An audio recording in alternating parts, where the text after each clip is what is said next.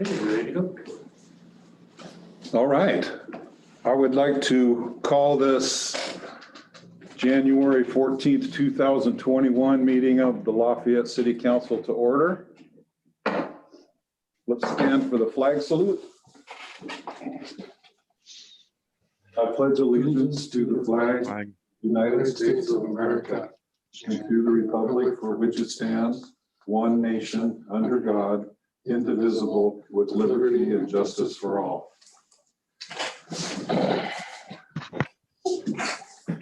Okay. Roll call. Mayor Witherspoon, Here. Councilor Brungart, Here. Councilor Drebin. Here. Councilor Gilgan. Here. Councilor Newman Here. and Councilor Paulson. Here. Okay, we have a full council, 6 members present, Your Honor. All right.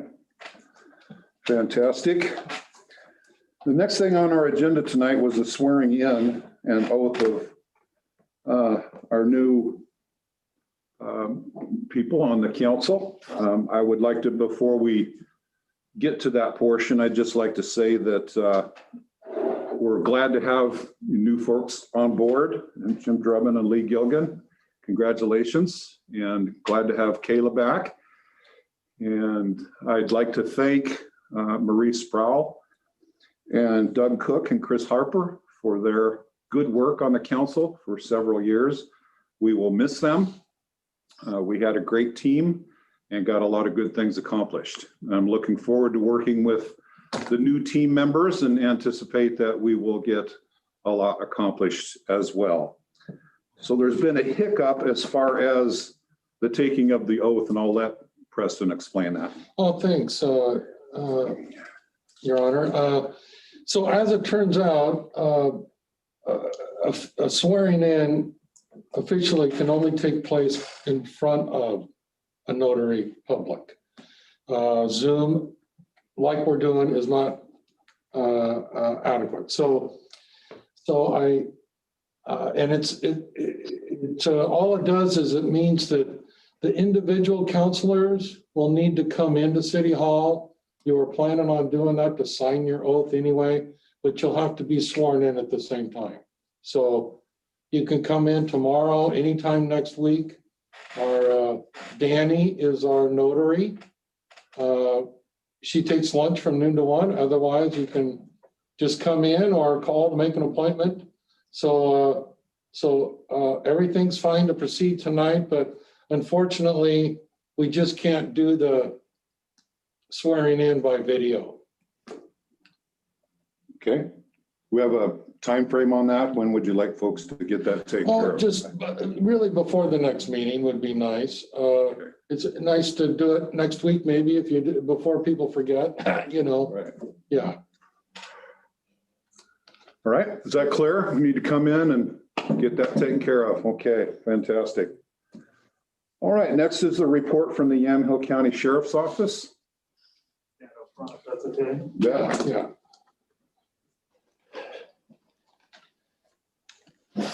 Hello, everyone. Deputy Andrew McMahon, for those who may not know me. We're going to go over the crime statistics for December of 2020 as compared to the previous year. So I'm going to go straight down the list. Aggravated assault, 0. Burglary to the residence, 0. We had 3 incidents involving larceny or theft. That's decreased from 7 the previous year. There were no motor vehicle thefts.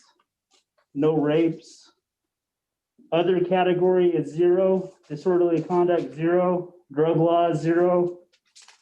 DUI, 0. Family offenses, 0. Forgery, 0. Fraud, 0. Liquor laws, 0. Runaways, 0.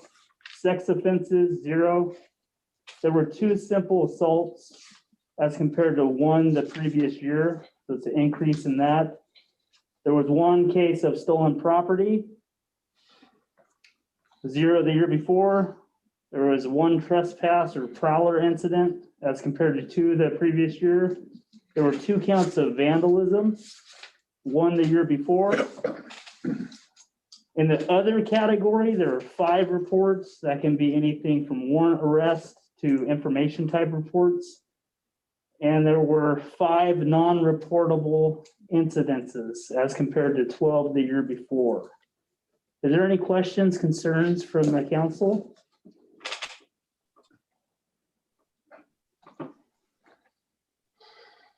No, thank you, Deputy McMahon. Thank you. Don't leave yet. Don't leave. Terry, Okay, Terry, come on. so Terry from the fire department, I just wanted one category that's not in there is lives saved. And this couple weeks ago, last Friday, Deputy McMahon responded to a cardiac arrest on the edge of town, got there, did CPR. And the fire department showed up later, did our job. The ambulance showed up later, did their job, and the guy survived. And that's basically attributed to his fast work and good CPR, kept that man alive until we could get there and do more. And it's just, there's only 11% of people that survive a cardiac arrest. So this is a big deal. Good job. Thank you. Thank you so much. And the other thing is we had another cardiac arrest the other day and Deputy Drury did the same thing. So we're batting 1,000 and it's unbelievable. And we have really good deputies. Thank you so much. Anyway, Much just wanted you to know. Deputy Drury will be up for a commendation tomorrow at the sheriff's office. No, Well, it's actually going to be at the fire station. That's right. And so we're really proud of both of our deputies, Absolutely. and we hope you get an accommodation too. Deputy Andrew. Andrew. So and it's a team effort. The system works We're right. with police, fire, ambulance, and you know, how much credit do we have for that? Because we have a fire station now. Yeah. I mean, I don't know. Maybe it would have happened, maybe it wouldn't, but we're going to be talking about the fire station later. Yeah. Agenda, but we have wonderful deputies. Yes. That's what. Isn't that great? Yeah. Good job. Absolutely. Thank you, guys. You know. Good job. Anyway, I'll see you in a bit. Okay, see you after a while, Terry. Yeah. Okay, approval of the minutes. Do we have any additions or corrections to the minutes? I have a correction. Yep.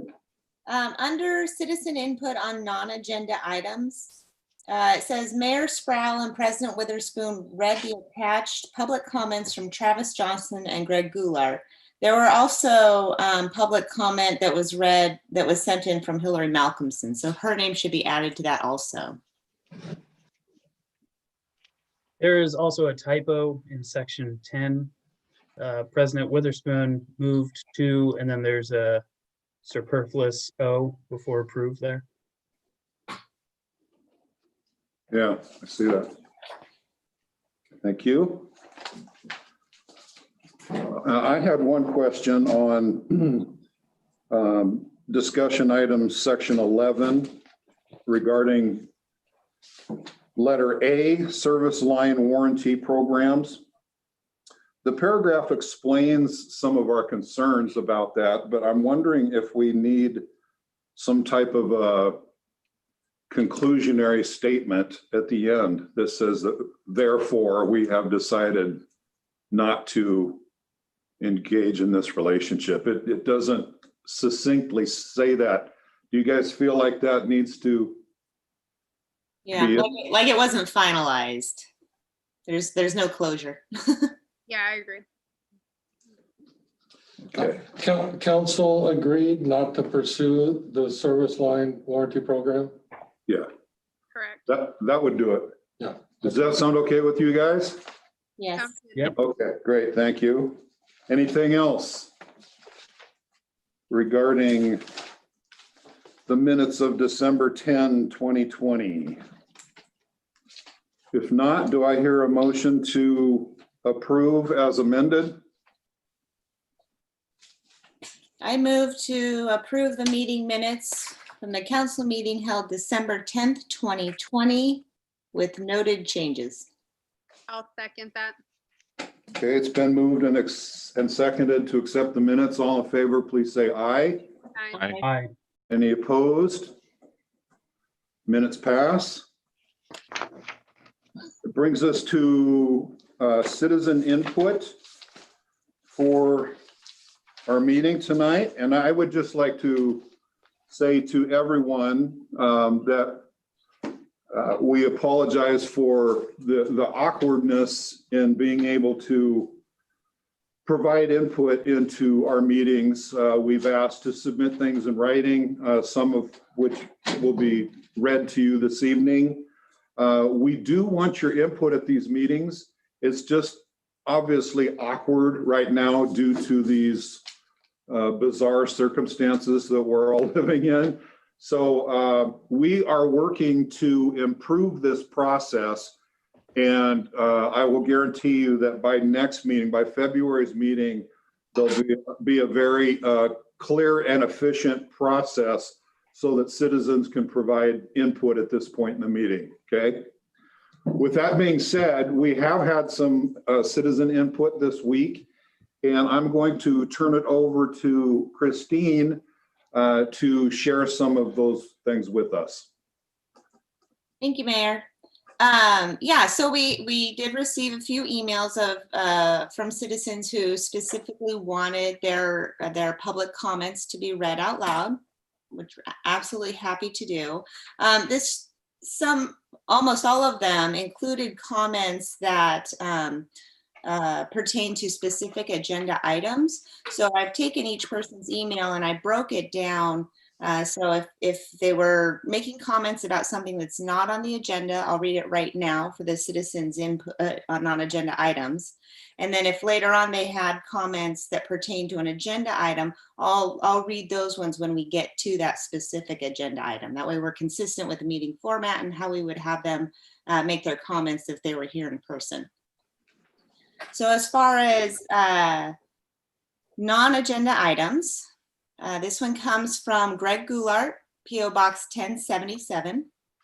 Greg says, "Happy New Year to all and congratulations to the new members and our new mayor. I feel this will be another great group of folks representing our city.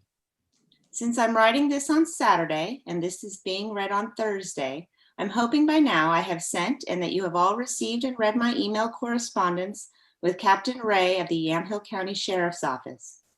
I would like to encourage the council to consider requiring the Yamhill County Sheriff's Office to provide some sort of measurement with regards to how much time is spent physically in town or as close as they can come up with.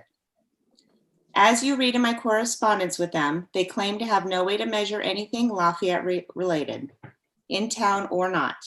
That means we have no idea if we are overpaying for services. Their price for services increases annually, and with new union negotiations beginning sometime this year, it should be something to consider sooner rather than later. We jumped to $349,000 in July this year. At 3 to 5%, we will be at $1 million soon. The increase applied over the past 3 years, 25+%, has been painful for me. We should consider asking for some accountability to justify this expense. I think we need 2 full-timers and would love to be able to justify their increasing costs. I'm not suggesting we start our own force. Maybe their hours need adjusting, one night and one during the day. Maybe we need a reduction to 1 or 1.5 deputies. Another city only pays for a few hours a week. Maybe we agree to 1-year term instead of a 2-year term, though I understand we can adjust during the term. Who pays $350,000 for unmeasurable services? I wish you all a happy and prosperous new year. I see good things on the horizon. Thank you." And again, Greg has other comments that I'll read during those specific agenda items. And as far as citizen input, that's the only one that was a non-agenda item. Okay, thank you, Christine. Any discussion? Preston, would you like to comment? Sure, Your Honor. As you know, the current agreement is 2 years. That runs out in June of next fiscal year, 2022. So the council will have to take it up at this time next year to determine a contract 1 year or 2 year, the following, so we can put it in the budget and that. So I can ask the sheriff's office to have it that proposal no later than January of next year. But you don't have to wait that long to have a discussion if you'd like. You'll have to do it at least by then to determine what goes in the budget for the next contract. Personally, I think we have a great value, and we have lots of measurements. It's not the particular one that Greg wants, but if you'd like to schedule that for more discussion, just let me know and we'll put it on an agenda where we have some time. Yeah, I would like to get a better understanding of what the metrics and measurements we do have are. Also with So- that, I'd be interested to understand what things in the contract are negotiable. It sounds like price isn't, and that's not necessarily a bad thing, but what are the things we could ask for? Just kind of understanding overall better, I think would be good for the whole council. Okay. Well, I think if I understood Greg's concern / request, it mainly had to do with the amount of time that the officers are actually spending in Lafayette. And he would like to see a system established where those hours can be tracked so that we can make sure that we're getting what we pay for. In his correspondence with Captain Ray did a very good job of explaining why that would be very difficult to do. And I think from my understanding, Greg's conclusion was he seemed satisfied with Captain Ray's response. So yeah, we can bring this up again at a later time to dig into the contract a little more, find out what the metrics are, Lee, and find out what the details of the contract, what the negotiables are, Jim, and then prepare ourselves better for negotiating that contract next, is it February? A year? Well, it's about this time next year that you would have to January. do it pretty much at the latest, Yeah. So. Okay, sounds good. Anything else on that? All right, any other citizen input on non-agenda items? I did not no, I did not receive any other on non-agenda items. Okay, so let's move to our action items. Our first action item this evening deals with the election of our council president. Let me just briefly read to you what the responsibilities of that position are. In the mayor's absence from a city council meeting, the president presides over that meeting. Whenever the mayor is unable to perform the functions of the office, the president shall act as mayor. If the president acts as mayor or presides over a meeting, the president shall vote only in the case of a tie. So this is an important leadership position on our council. You will vote on the final nomination. I am allowed to provide my input, and I would like to nominate Christine Brungart for this position. I feel with her, believe it or not, seniority at this point on the council. She has been with us for a while, has done a great job, very responsible, has established a great communication system with our community members. She's a trusted member of the council by the community. And for a lot of reasons, I think she would do a great job in this role. So any other nominations?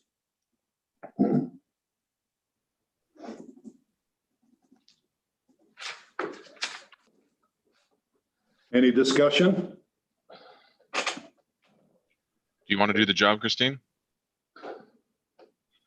Thank you. I appreciate the nomination. And yes, I think I could do the job. Okay. Okay, all right. You want a second for that and then a vote, yeah. Okay, then I would entertain a motion, need someone to move that Councilor Brungart be elected as council president for 2021-2022. Can someone make that motion, please? I nominate Counselor Brungart to be council president for 2021 through 2022. Is there I a would like- second? I would like to second that. Okay, it's been moved and seconded. All those in favor say aye. Aye. Any Aye. opposed? Aye. All right, thank you. Passes. Congratulations. Thank you. Our next action item is to declare a council vacancy. Appointments to fill vacancies in elective offices of the city shall be made by the mayor with consent and approval and the majority of the remaining members of the council. The appointee's term shall run until the next state biennial general election, and at the election, the office shall be filled for the remaining 2 years of the 4-year term if the remaining term filled by the appointee was for more than 2 years. This vacancy has obviously occurred because of my moving into the mayor role. That leaves a spot open that will be appointed for basically a 2-year term till December 31, 2022. So I guess all we need to do at this point is move to declare the vacancy open. At that point, it'll be advertised to the community. And at the February meeting, I will appoint who I feel should hold that position, and then it will be ratified by the council. Okay, so do I hear a motion? I move to declare a vacancy on the Lafayette City Council for a term ending December 31st, 2022. Second? Okay, it's been moved and seconded. All those in favor say aye. Aye. Aye. Aye. Aye. Aye. Any opposed? Okay, vacancy has been declared. Action item C, resolution 2021-01 designating signees for city checks. So now that we have a new council president, we can plug Christine's name in here. The signers were Mayor Sproul or myself, and either Preston or Kevin. And that will be moving to myself and President Brungart, and then either Preston or Kevin. So we just need a motion to that effect.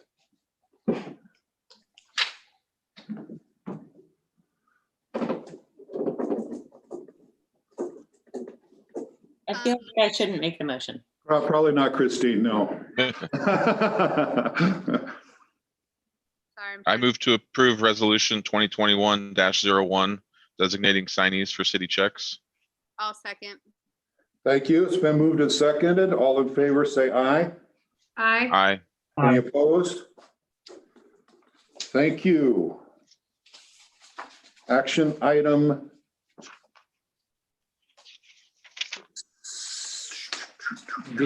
D, OLCC license for Antique Mall.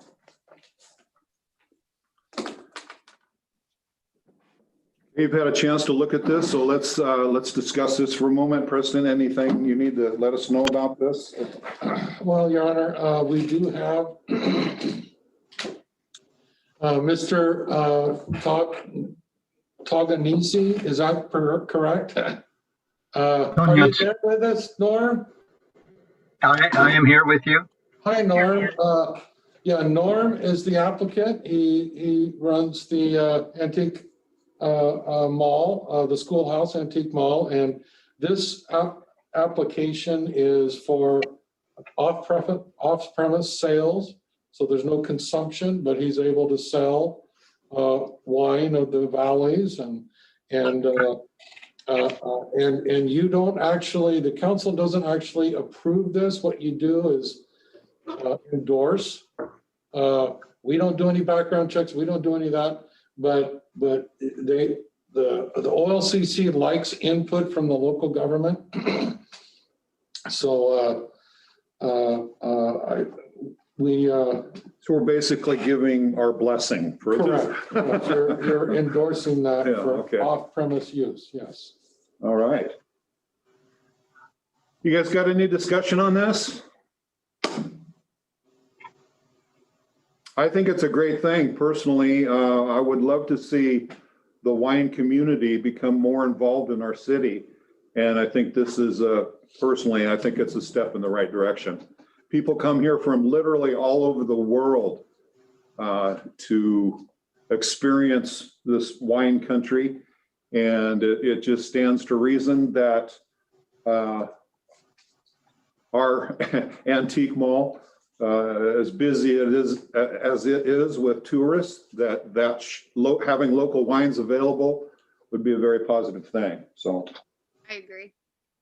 I agree. Just to echo that, I would say one of the fairly regular conversations in the community is the desire for local wines being sold. Also, this is not the intent here, but also wine tasting. There's a strong desire for that here. absolutely. Absolutely. Maybe Norm has a comment. Maybe. Norm, did you have anything you wanted to share with us? No, I'm listening in, and my wife and I are very grateful that everyone feels that way. And that, what you stated, Your Honor, is exactly our point. We want to carry wines, well, particularly wines that are not as well represented, not necessarily on the wine tours. Obviously, as you stated, we have a lot of customers coming around the world in the mall, and that's one of the things that they have wished that we carried. So we just are following along with the wishes of our customer base, and trying to represent, as I said, wines that are not as well represented tours, but quality wines from the area. Okay, thank you. You were cutting out, Norm, but I think we caught the gist of what you were saying. All right. I'd like to say one thing, and this definitely wouldn't be anything we hold anybody to, but it'd be interesting to see, over the months, other than just normal growth, if you could, maybe put a value or a number to, hey, we think that our business has, increased by this. Definitely no obligation, but I'd be interested to hear what bringing some wine, selling to the community would offer. Yeah, that's a great idea. Yeah, it'd be nice.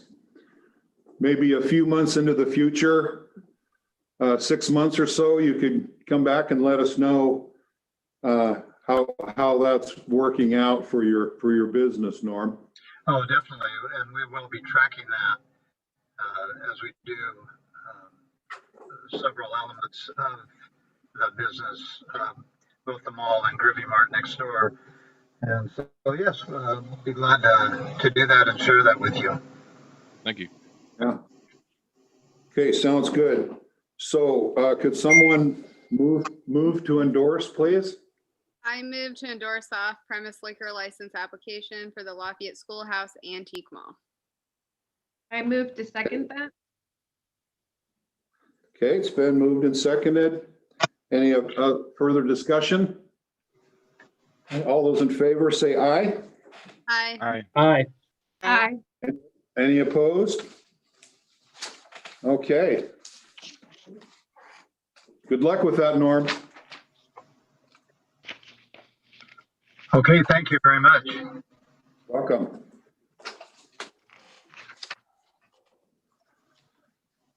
Okay. Discussion items. The antique fire pumper.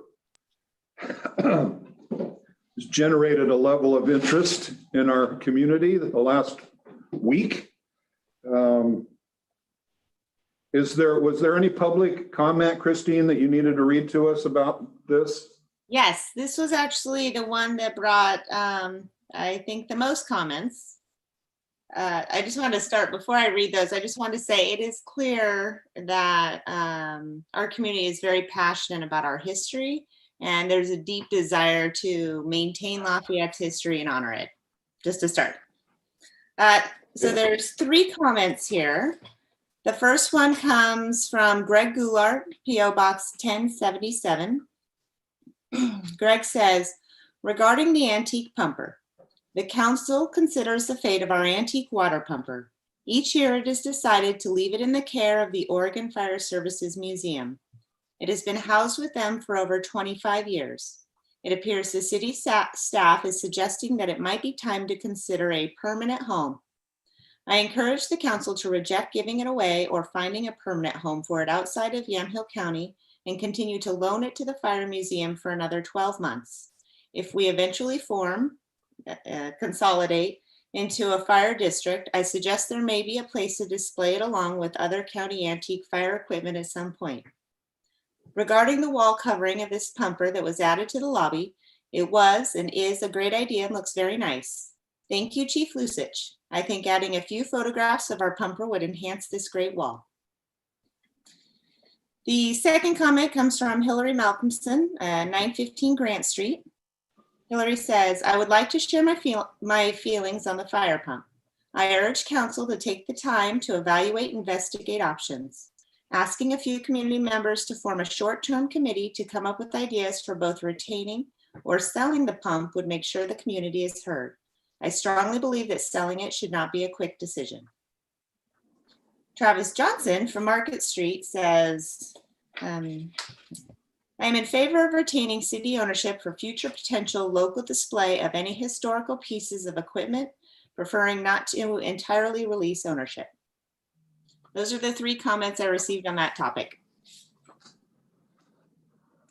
Okay. Well, I'm not sure where the rumor started that we were thinking of selling it, because that's never been on the table. But anyway, Preston, why don't you tell us what's going on with that? Well, this is tradition to have this topic on every January agenda. And this staff report is the same staff report that's been before you on January for 10 years. So there's no better home in the world than at the Fire Service Museum. We tried to locate it here in the new station. That didn't work out. Maybe someday it can come back to Lafayette, like you suggested. But until then, there's no better care than we can possibly hope for than where it's at currently, which is in Brooks, the Oregon Fire Museum. They're building a new museum in Salem. That should be done by mid-year. It'll all be relocated in a brand new facility.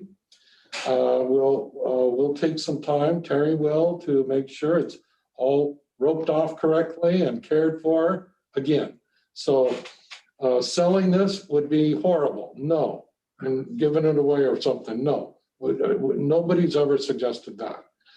So maybe you don't want to hear this every January, but it's tradition, so we don't forget about it. And it started many years ago, and we've continued that tradition. And it's really refreshing to hear how the public regards history. Yeah. It's part of the city's vision, its statement.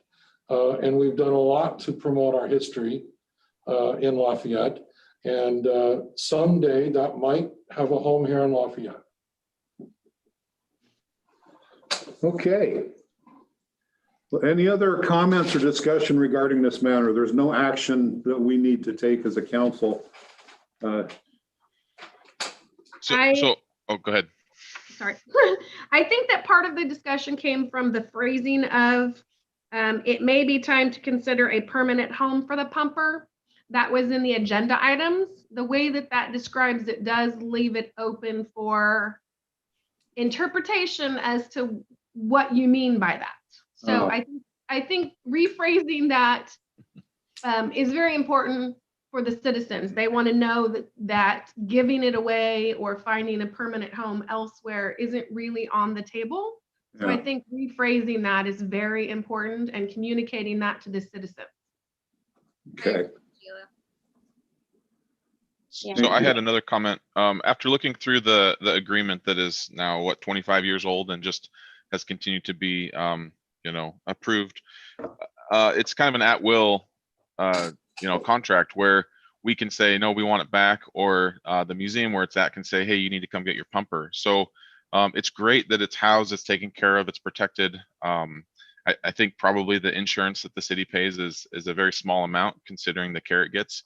But I think it would be wise to consider or discuss, especially within the community, is there a plan B in case we do have to at short notice, take possession back, or is there a business that has the means or ability to display that inside, covered, protected, on Main Street? We give grants out, so I think it's open for discussion. I too am very against getting rid of it, but I think we just need to have some discussion and involve the community with that. Okay. Anything else? And on to that, from everything that I've seen this week with the discussion, it sounds like the community not only wants to be able to bring it back, as Jim said, if there's a situation where we have to, but I think they would like to be more proactive in bringing it back. So maybe that's something we can discuss at some point.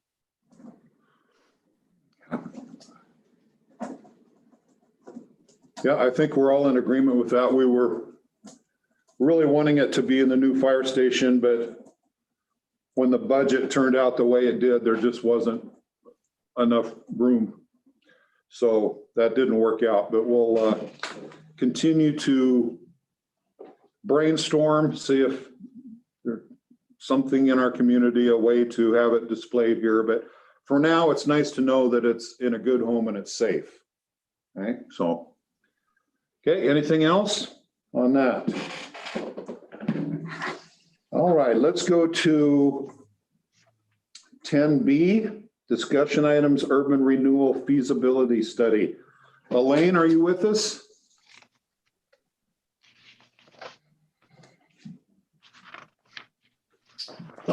Kevin's coming to see if we can find Elaine. I do have public comment submitted for this one too, so let me know when you're ready for that. Okay.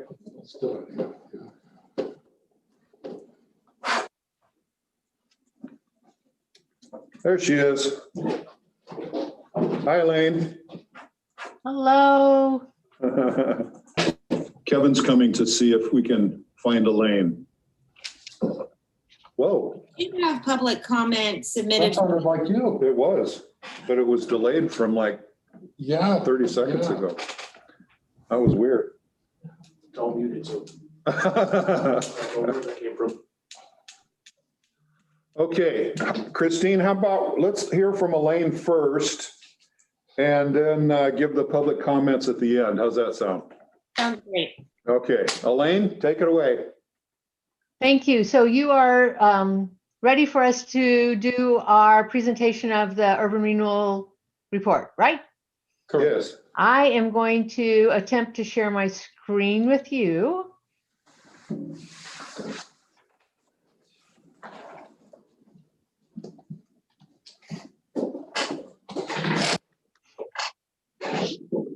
Okay, does everybody see that? Yes. Great. So on the call with me is Nick Popinuk from Tiberius Solutions. Nick and I team on most things urban renewal, and he will be presenting a large portion of the PowerPoint tonight because a large portion of it concerns financial feasibility and financial analysis, and Nick is the person who does that.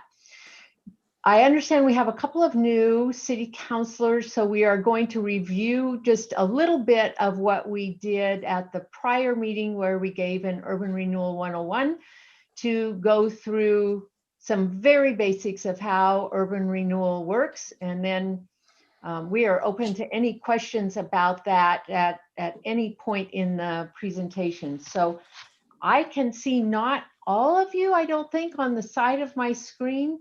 So feel free to have someone interrupt me if there is a question that needs to be answered while I'm going through the presentation. So we will talk a little bit about terminology, do a quick urban renewal 101. We'll talk about the feasibility study and then what the next steps are. So terminology, UR stands for urban renewal. URA stands for an urban renewal area. So that's the distinct boundary area. URD stands for urban renewal district. So that also can be part of an area and can be used interchangeably at times. TIF stands for tax increment funds or tax increment financing. And we'll talk about what tax increment means as we move ahead. MI stands for maximum indebtedness. Maximum indebtedness is the total amount of money an urban renewal plan area can spend over the life of the plan on projects, programs, and administration. AV stands for assessed value. So most things in urban renewal are figured on the assessed value, not on the real market value. So assessed value is what we are typically most interested in. We're going to do a little urban renewal 101. So in Oregon, property tax revenues are paid to the assessor. Those grow over time. The assessor pays those to or releases those to all of the regular taxing jurisdictions. The way property tax increases are allowed in Oregon is there's a limitation of a 3% increase on your assessed values. Your real market values can exceed that, but your assessed values, the value on which you pay taxes, doesn't increase over 3% appreciation unless you do some kind of a substantial improvement or there's new construction on the property. So without urban renewal, this is what happens. You as a property taxpayer pay your taxes, the assessor collects those, pays them out to the regular taxing jurisdictions. When an urban renewal area is created in a city, the taxes off of that urban renewal area are then paid to an urban renewal agency. Those taxes are representative of the increase in assessed values within that urban renewal area from the time it's established until it is completed. So that is the monies that go to the urban renewal agency are only for that urban renewal area, not for the entire city. And it's the values from the time the agency and the area, from the time the area is completed, adopted, until the end of the area.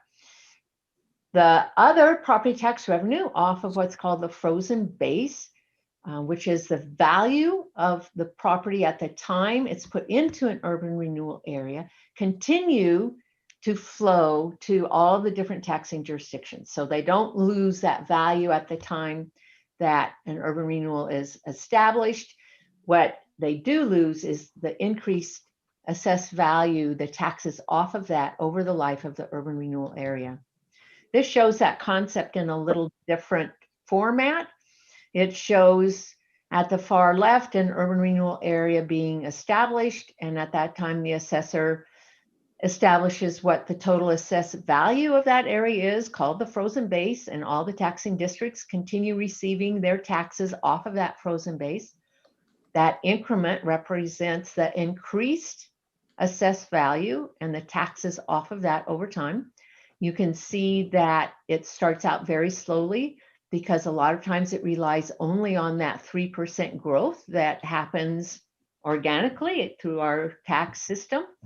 But this also shows that once an urban renewal area is completed, that assessed value has gone up considerably, and all of the different taxing districts will then receive taxes off of that full amount of assessed value.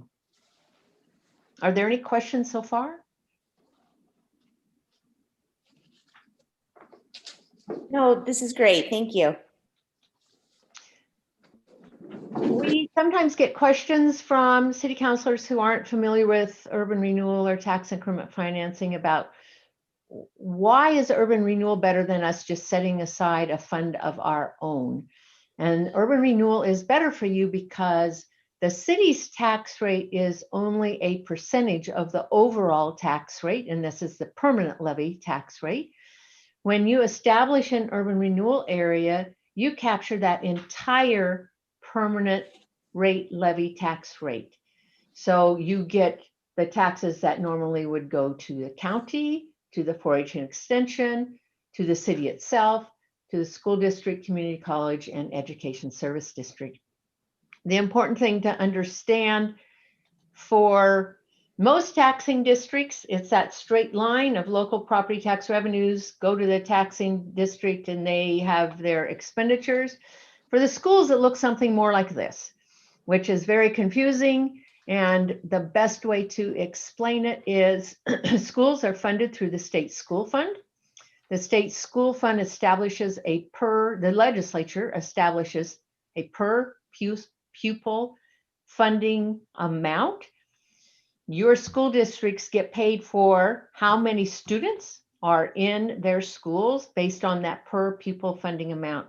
That amount doesn't vary if you establish an urban renewal area in your community, unless something happens and the state school fund, when the legislature establishes that per pupil amount, changes what that funding amount is. The other thing that is important to understand is urban renewal used anywhere in Oregon impacts the state school fund.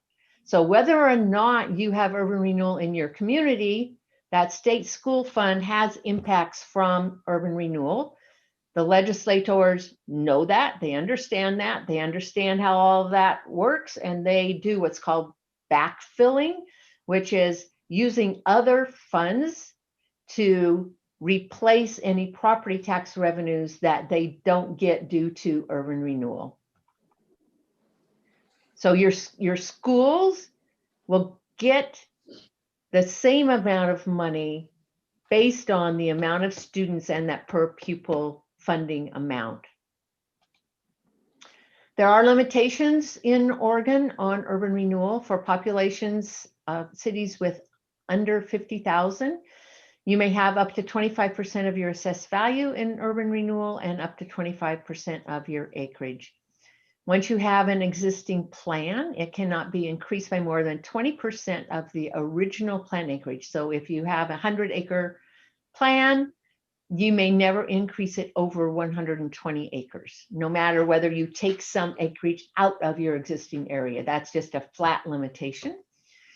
The maximum indebtedness, which we talked about that term at the beginning, which is the total amount of money you may spend on projects, programs, and administration, gets established if you adopt an urban renewal plan at the time that you adopt it, and that may not be increased by more than 20% of the original maximum indebtedness as indexed by inflation, unless 75% of the other taxing districts agree to that. So that's a way for other taxing districts to have some control over an urban renewal area increasing itself continually. So Nick and his team and I have worked on your feasibility study. This is what your boundary potentially would be. It's a total of 87.35 acres, and you can see it covers your downtown area, and then property that's south and east of your downtown. That's a large undeveloped parcel that Nick will talk about in a minute in terms of potential new development that might occur there. That boundary area is 15.9% of your total acreage, so it's well under that 25% limitation. And the assessed value of that area is only 4.4%, so also well below the limitation of what you can have in urban renewal.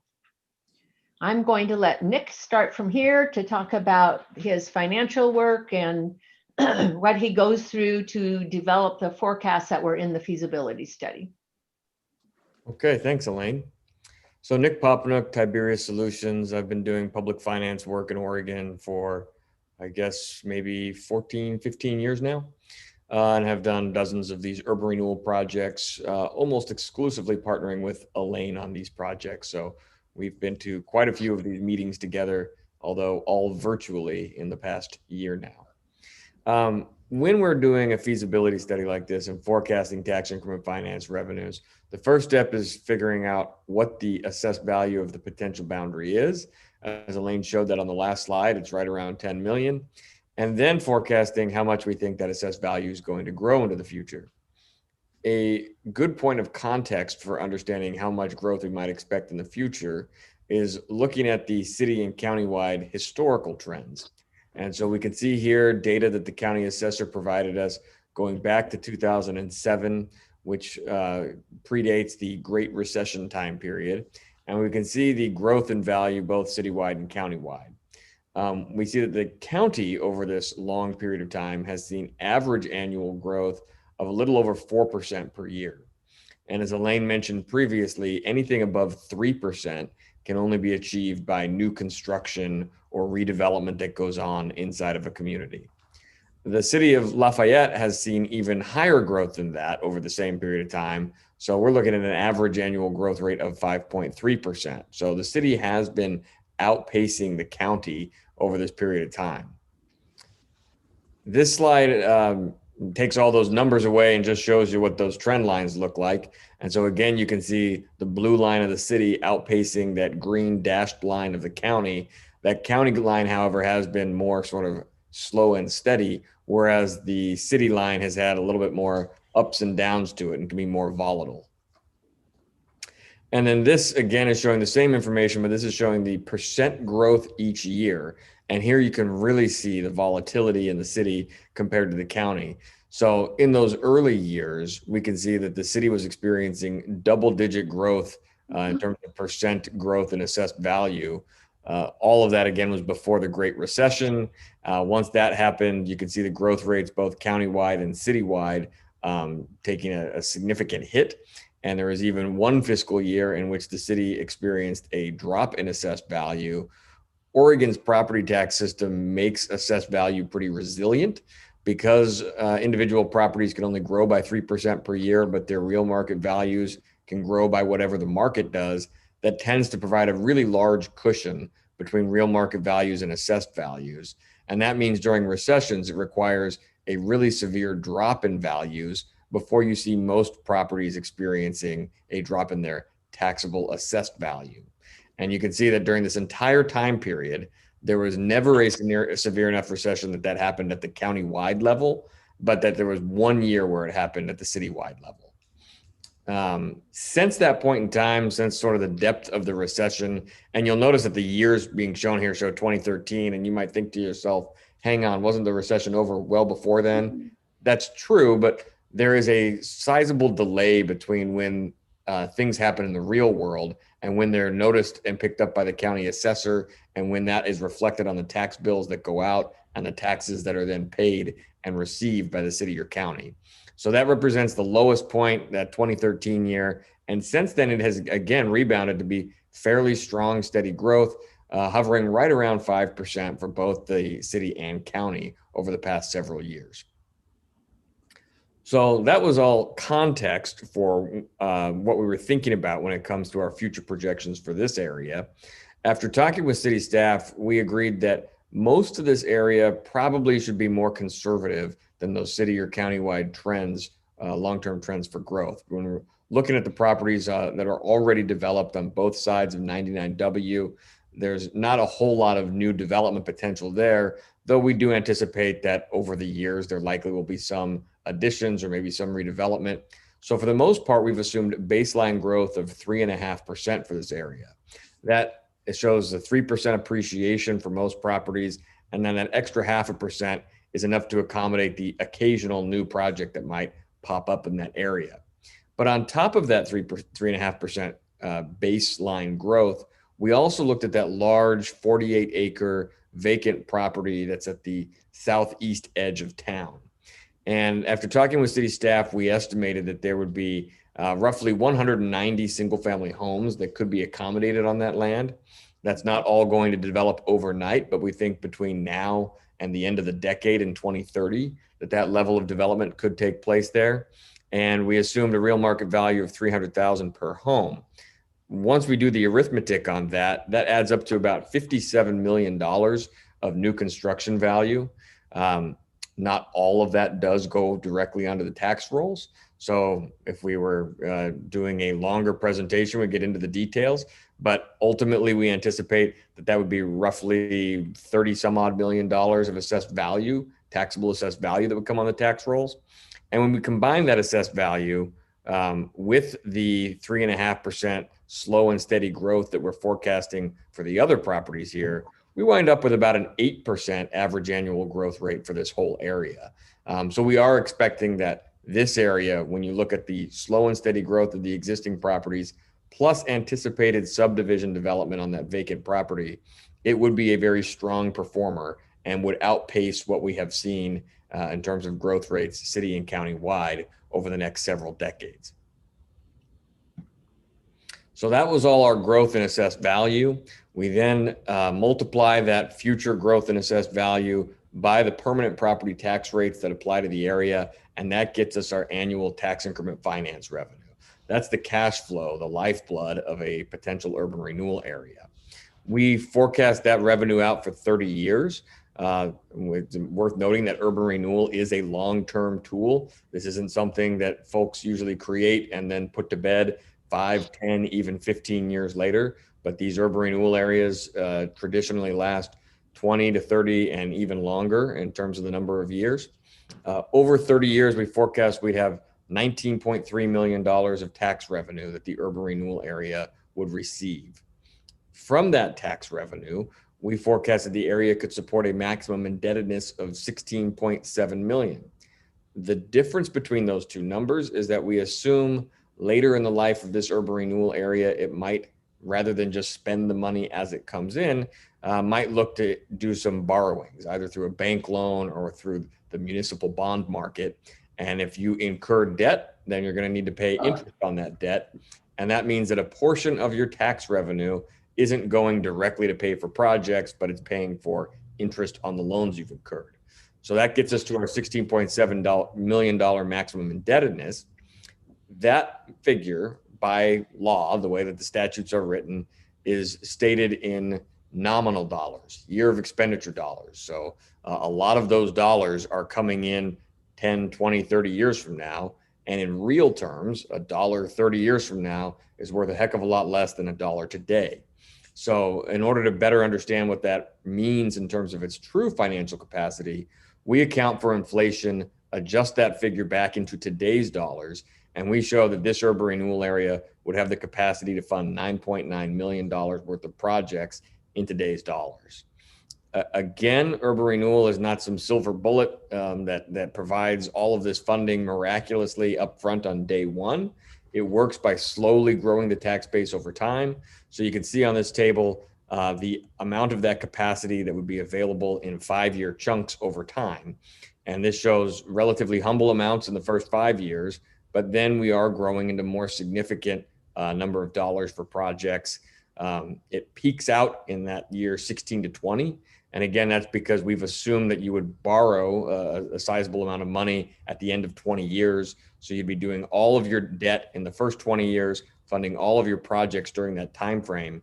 And in the final 10 years of the district, it would sort of be in hibernation, just collecting the remaining tax increment revenue necessary to pay off the debt, close the district down. Hopefully it will have done its mission of investing great projects in the community and building the tax base up higher so that when it does close down, all of the overlapping taxing districts are happy to see that growth in value return to the tax rolls. So the next couple of tables here, you might need a magnifying glass for, but we wanted to make sure that you had the detailed information that you could refer back to later. The urban renewal dollars that we were just talking about, it's not free money. There's no such thing as a free lunch. It's also not an increase in the taxes that property owners pay. The money has to come from somewhere, and it is a division of the existing tax rates. That means that even though the property owners aren't being directly impacted by this, the overlapping taxing districts are impacted by this. And this is the amount of foregone revenue that each of those districts are anticipated to forego over the 30-year period. Elaine, if we skip next couple of slides, we get to the summary table that shows what the total amounts are anticipated to be for each district. Here we go. Each district over the next 30 years. So we can see that in total, we're showing $19.3 million. You'll notice that that corresponds exactly with the $19.3 million of TIF revenue that was shown a few slides back. Also, you'll notice that the largest line item on here is for the school district, and it does have an asterisk next to it because, as Elaine was saying earlier, urban renewal does not have a direct financial impact on school districts. So this $7 million over the next 30 years that would be foregone in local property tax revenue, we would anticipate to be offset by an increasing amount from the state school fund. Conversely, if somebody developed a major new property in town and tax revenues shot through the roof, you might say, great, there's so much more money for the school district, but it isn't, because the state school fund would do the exact opposite, and they would reduce the amount that they allocate to the local school district. So school districts are really held harmless, but also aren't able to capture the benefits of any of the swings in local property tax ups and downs.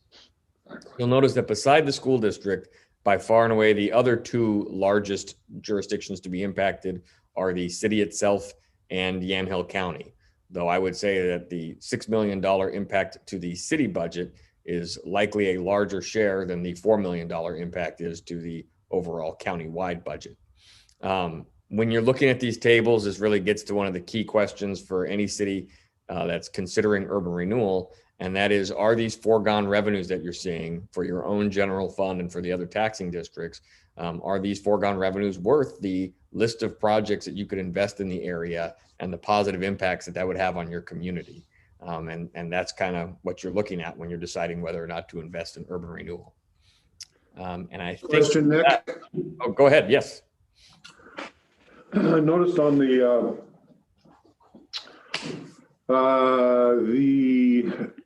TIF in the former slide, the 19.3 million TIF, you deducted about $3 million off there based on an assumption that we would be paying interest on loans that we've taken out. But you didn't, that doesn't happen on this other chart as far as expendable dollars. Yeah, so the foregone revenues are equal to the total net TIF revenue. So where's it? The TIF revenue is every dollar that the urban renewal area will receive, and the foregone revenue is every dollar that another taxing district will forego. And so those stay in lockstep. But the difference between that net TIF revenue and the maximum indebtedness is that not every dollar of tax revenue that you collect will go directly to the principal amount of a project that you build, because this does assume that there would be this particularly assumes one loan at the end of 20 years. And so a portion of your tax revenue would be spent paying interest on that loan as opposed to directly funding projects. Okay, but that doesn't show up here on the impact on taxing districts? No, because it's the impact of taxing districts is not lessened by any loans or interest that you pay for the other urban renewal area. The impact on taxing districts only cares about the total tax revenue that the urban renewal area receives. Oh, okay, thank you. So I'm going to jump in here and just show you, this is the total impact to taxing districts, the 19.289. And if we go back to Nick's slide here, he rounded that, so it's 19.3. So the total net TIF revenue does equal to, it's here and then it's here, the total impacts on the taxing districts. Are there other questions before we go to potential next steps? I know some of you are new, so feel free to jump in and ask some questions. Hey, I just had a comment. So looking at the foregone revenue for the city of Lafayette, $6 million, let's round up since we're doing a little bit of rounding. And, you know, of the 19.3, that's close to a third. It's about 30%. And from the proposal that I've seen, you know, this URD would be 16% of the land, and any funds that go into there have to be used within that. They can't be used for general city. So we're taking a third of what the city would take, you know, without this, over that 30 years, of the additional, and we're saying, okay, it has to go into just the 1/6 or the 16% of that. So the benefit, I guess, we would have to take, you know, what we're able to put in there and subtract what's going to the city. I mean, do we do that, or do we try to keep those numbers separate and just hope nobody looks? I don't think we do anything where we hope nobody looks. I will say that the fact that this area, that the city's share of the foregone revenue is about a third of the total foregone revenue, isn't directly comparable to the fact that the size of the urban renewal area is about 1/6 of the city's urban renewal area. But one thing that is often helpful to do is to say, here's what we're forecasting for the total tax revenues that the city or the county or whoever else might be receiving over this 30-year period. And here's how much we are forecasting that this urban renewal area would have the city forego, $6 million over X. We don't know. We did not do a calculation to say how much citywide would the tax revenue of the city be over the next 30 years. But that would better help you understand, okay, this $6 million that we're foregoing, is that going to be 1% of all of our revenues that we collect over the next 30 years as a city? Or is that going to be 10% of our revenue over the next 30 years as a city? And we did not do that calculation, but we certainly can. And obviously tonight, you're not being asked to create an urban renewal area. You're looking at the feasibility study results to understand, is this a possible path that you might be interested in? So. Okay, thank you. So one thing to consider on that, the assessed value of that area right now is only, although it's 15.9% of the acreage, it's only 4.4% of the total assessed value. So it already, you know, if it were performing as well as the rest of the city, it would be at 15.9%. So that area already is less of an assessed value. So my assumption would be that the impacts would be less, other than the fact that you have that new development coming in. So that will be an interesting comparison.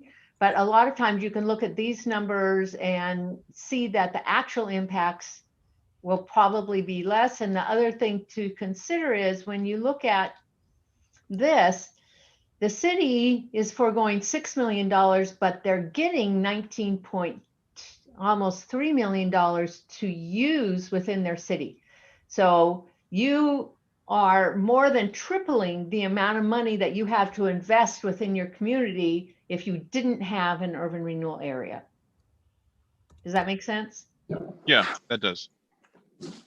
Can I add to that, Your Honor? Yes, please do. The promise of every urban renewal district is that through this tool, you're going to increase investment. You're going to increase assessed values. And you do that through the tax increment financing, through urban renewal, because that tool allows you to do major projects and improve your downtown. You wouldn't have been able to do it otherwise. So we're still going to get that frozen base on all those properties that exist at the time urban renewal is created. That will continue to go into the city's general fund. But if the district does pan out the way we hope, that's, again, the hope and dream of every district is that at the end of it, all of those tax revenues go back on the tax rolls, and they're higher because of the investment that you would not have received if you didn't do the district. Is that helpful? Yes. Any other questions?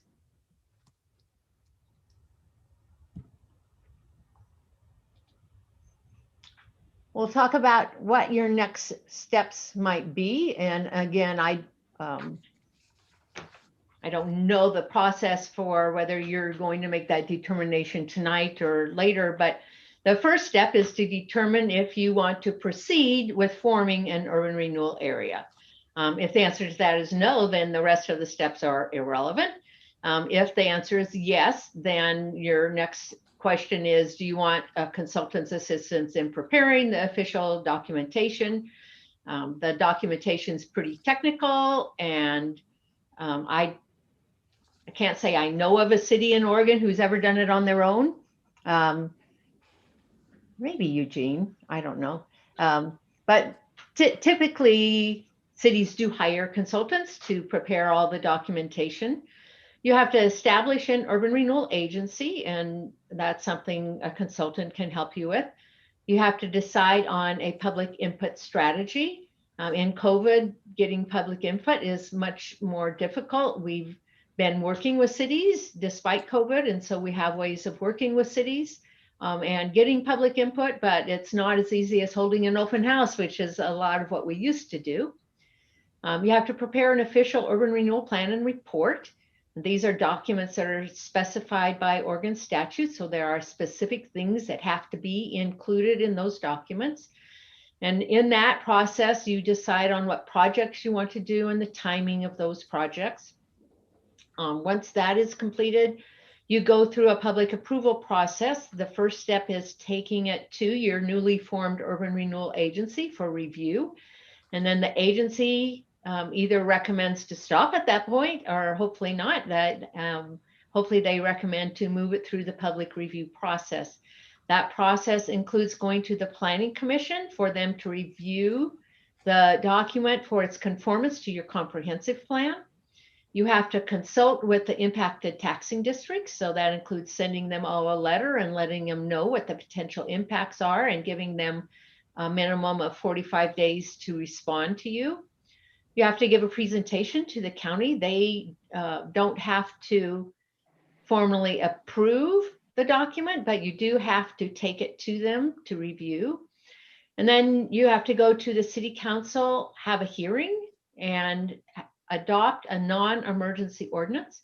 A non-emergency ordinance is not effective for 30 days after adoption, because that gives citizens a time to take that to referendum if they don't want that ordinance to go into effect. That city council hearing has to be noticed to all citizens. There are 4 different ways to notice it, but it's typically done either through postal patrons or utility customers, depending on which is less expensive. There are some adoption timing considerations. If you adopt a plan prior to October and it goes into effect prior to October 1st, your information for what that frozen base is, it comes from the prior October's certified tax roll. So if you adopt it prior to October 1st of 2021, the prior tax roll was adopted in October of 2020, and that was based on values of January of 2020. So that gives you a little more in terms of that, what that frozen base is based upon. It gives you a little more of that growth because you're able to go back to January of 2020 for setting what that frozen base is. If you cannot get it adopted by that time frame, the other time frame that is important to understand is if you get it adopted so that it goes into effect before the end of December, you get your actual first year of increment a year earlier than if it's adopted January 2nd. If it's adopted January 2nd, you have to wait another year before you get your first money from the assessor off of values within the area. So those 2 timing issues are important when Nick and I work on these. We usually recommend to cities, especially at we're in January, that they try to get it adopted before the October timeframe. That's the most beneficial to you as a city moving the area forward. But again, cities have different ways of operating, and that may or may not work on the time frame, given that you have to have really 4 months worth of public meetings to go through for your agency, planning commission, county, city council hearings. And those meetings start after you have those formal documents prepared. Are there questions on the potential next steps?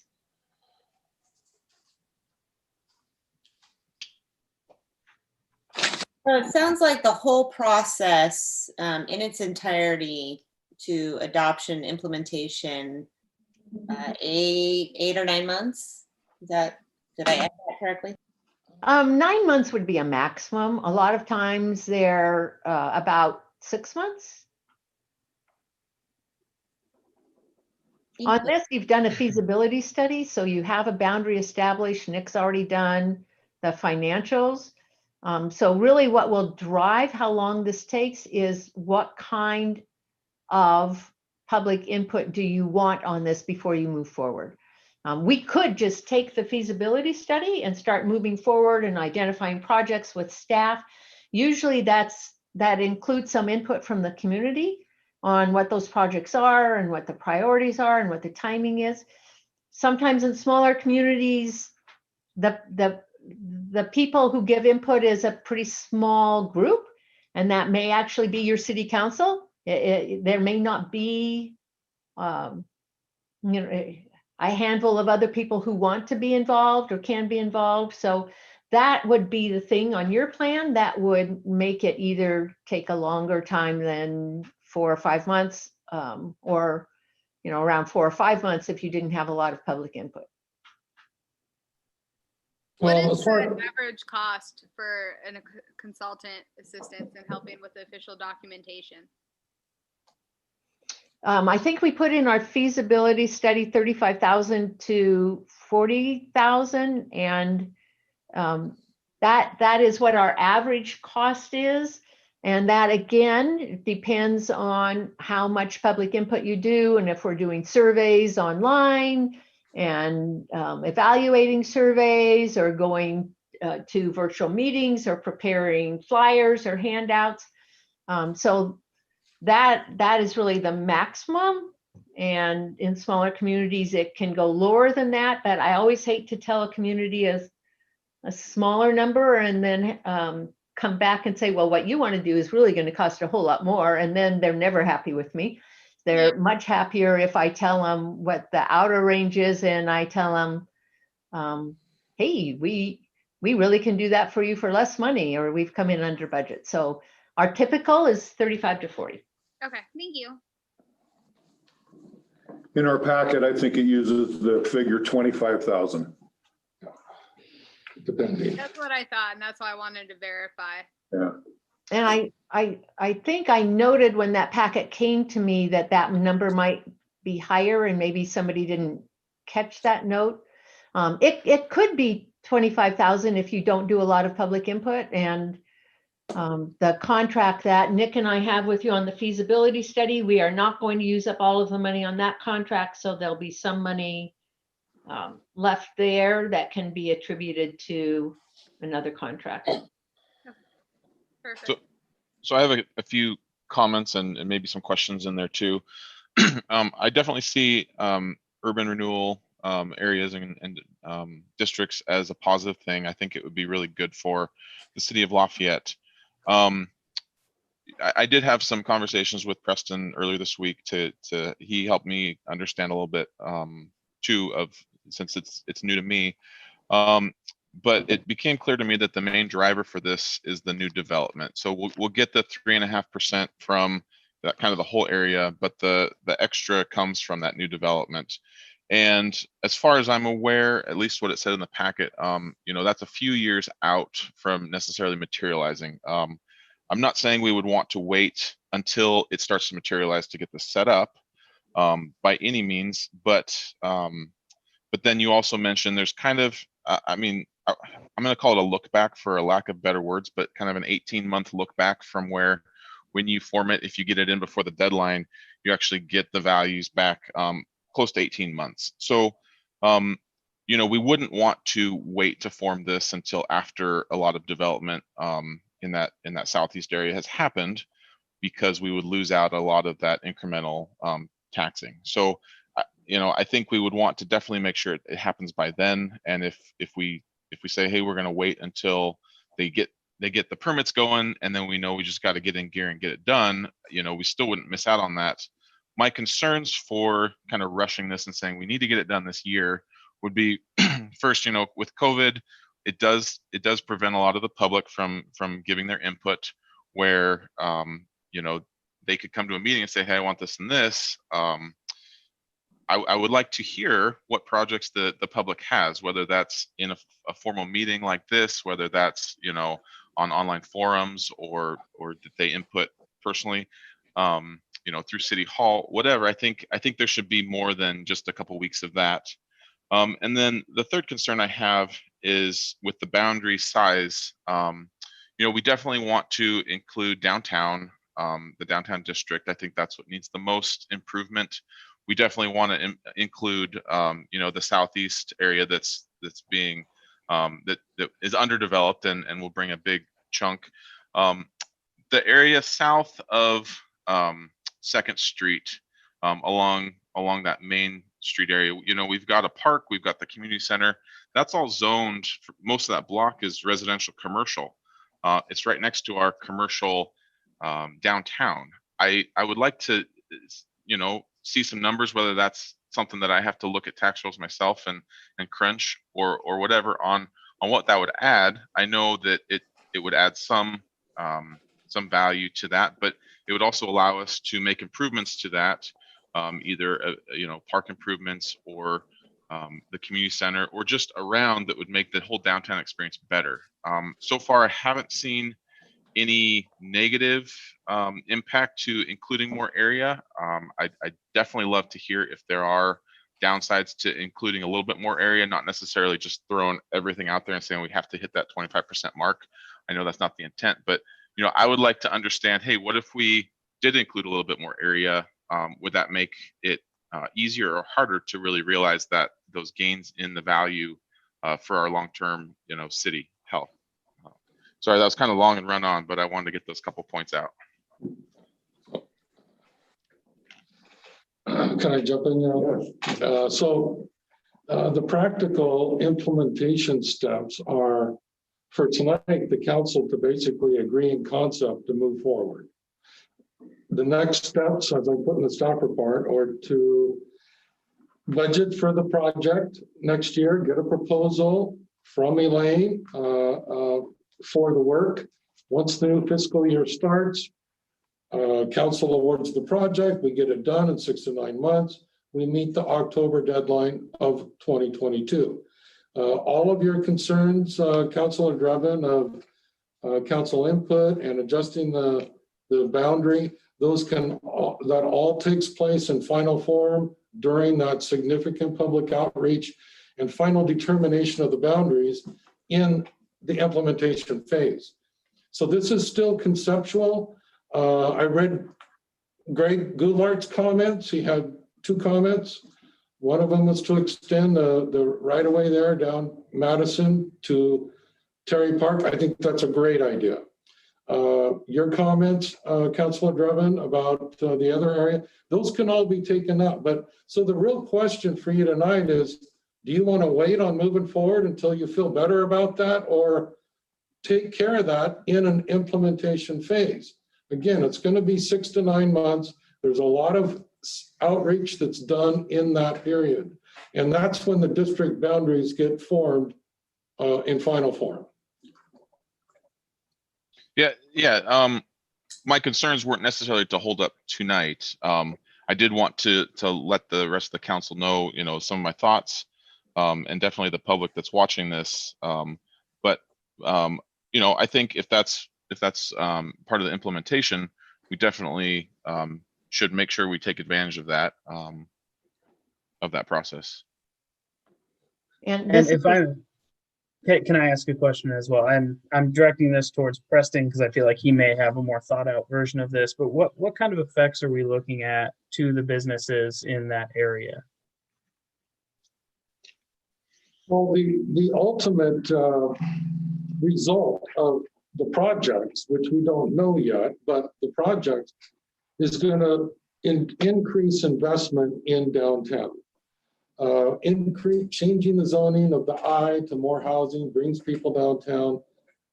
If the projects get done as we hope, you're going to have a much more vibrant downtown. You're going to be, you're talking streetscapes, welcome areas, sidewalk improvements, potentially a lot of other kinds of projects, which we really don't get into much in the feasibility. The projects can be wide ranging, but again, the focus really needs to be downtown.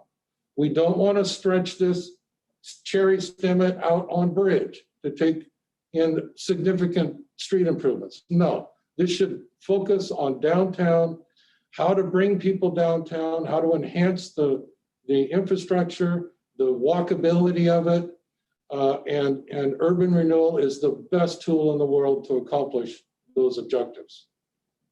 Thank you. May I jump in? Yes, Elaine, please. One of the questions from Councilmember Drebin was, will expanding the district change those TIF forecasts in a negative way? And no, they don't change them in a negative way. If you just add right of way, that doesn't change anything. If you add a park, it won't change anything. If you add a property that has assessed value, it would only increase the actual projections because you would be gaining that potential 3% increase in assessed value on property. So it wouldn't negatively impact you anywhere if you added property. Thank you for that answer. I did have one other thing to add, and it kind of goes to what Preston was saying about the implementation. I want to reiterate, I am definitely in favor of figuring out all these details. My only concern then at this point would be that if we agree to, go forward, that we say in order to meet the October deadline, we need to go 60 miles an hour on this process when, to get the right public input or whatever, the right details to do this right, because, it's going to last for 30 years. If we need to go 15 or 20 miles an hour, I would much rather go with the speed that will be better for our long-term success than meet the deadline this year. If we do meet the deadline, I think it would be great. I don't see anything negative that we would miss out on a lot of revenue. It may just, set us back by the first year that we start to realize that, but as in total value, I don't think that will be negatively affected. If I could jump in, when we're talking about the amount of public outreach and involvement that can happen on the project, the ideal situation in a pre-COVID environment really does focus on the summer months and attracting or talking to people where they are. So rather than trying to have them come to a public meeting in the evening, we know how tough it can be to have people take time out of their busy lives to come and sit in a government meeting. But instead, if during the summer there are downtown street fairs or festivals or anything that's happening, farmers markets, if you're able to go out there with a poster board and with flyers that talk about the project, that's where you can usually get your best bang for your buck. Those tend to be affordable ways to engage the public, and they're also effective ways to engage the public. The summer months are still quite a ways from here. And so I am hopeful that by the time we get to this summer, folks will be able to have farmers markets again, and that you might be able to do some of those more traditional outreach methods, though, who knows at this point, it's still lots of speculation. I would also say some of the points where we've, tonight, this feasibility study, very technical, very wonky, lots of numbers and tables and charts.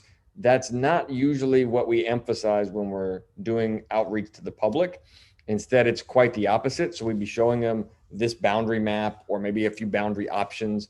We'd be showing them the types of projects that we might be investing in here. So what a sidewalk improvement would look like, what city beautification efforts might look like, what specific road projects or infrastructure projects that you might be interested in funding. And you'd be getting their input on what could make our downtown better. Which of these downtown projects are we most excited about or we think are the highest priorities, and have them shape your plan that way. And it's a very different sort of conversation than what we're having tonight. And hopefully it can happen in a very different venue than what we have tonight. So it's not a Zoom meeting, but it is the ability to meet them at a farmer's market or what have you. And I think what Preston was talking about was not October of this year, but October of 2022. Absolutely, yes. Yeah. Okay. So that gives us, you and us, if you pick us to do it, plenty of time to do it right. do it right. Yes. Yeah, that's my main concern. I just want to get it done right. Yeah. Okay, do you have anything else in regards to your presentation to us, Elaine? We do not. That was our presentation, and we thank you for your time. And You are welcome. Council, are there any other questions or comments before they go? No, thank you very much. That was very helpful and I appreciate the review. Yeah, thank you. Yes, thank you very much, you guys. thank you. Okay, so council, all we really have to do, Public comments. There's some. oh yes, Christine, I'm sorry, we had public comments. Yes, thank you. We do. So I have two people that sent in public comments on this agenda item. One was Greg Goulart, PO Box 1077. Greg states, I fully support the URD and see it as a great way to improve the city. I think there is room for additional contiguous acreage to be added and encourage the councilors to scrutinize the current proposed URA. He references Exhibit 3 of the UR feasibility study and requests that we consider adding to it. Perhaps, if allowed, extend it further up North Bridge Street along the west side up to Veterans Park, south down Madison Street to Terry Park, and both sides of the road.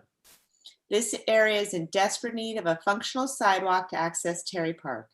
I am sure there are other areas that could be considered and realize there will be a public hearing at some point to get as much citizen input as possible, as well as other presentations and open houses. Another comment was sent in from Travis Johnson on Market Street. Travis says, I heartily support downtown Lafayette renewal and improvement projects to help keep our town progressing for future generations. And that is it.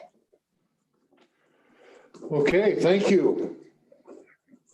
So council, all we are charged to do this evening in regard to this matter is agree to move forward with the project. So are there any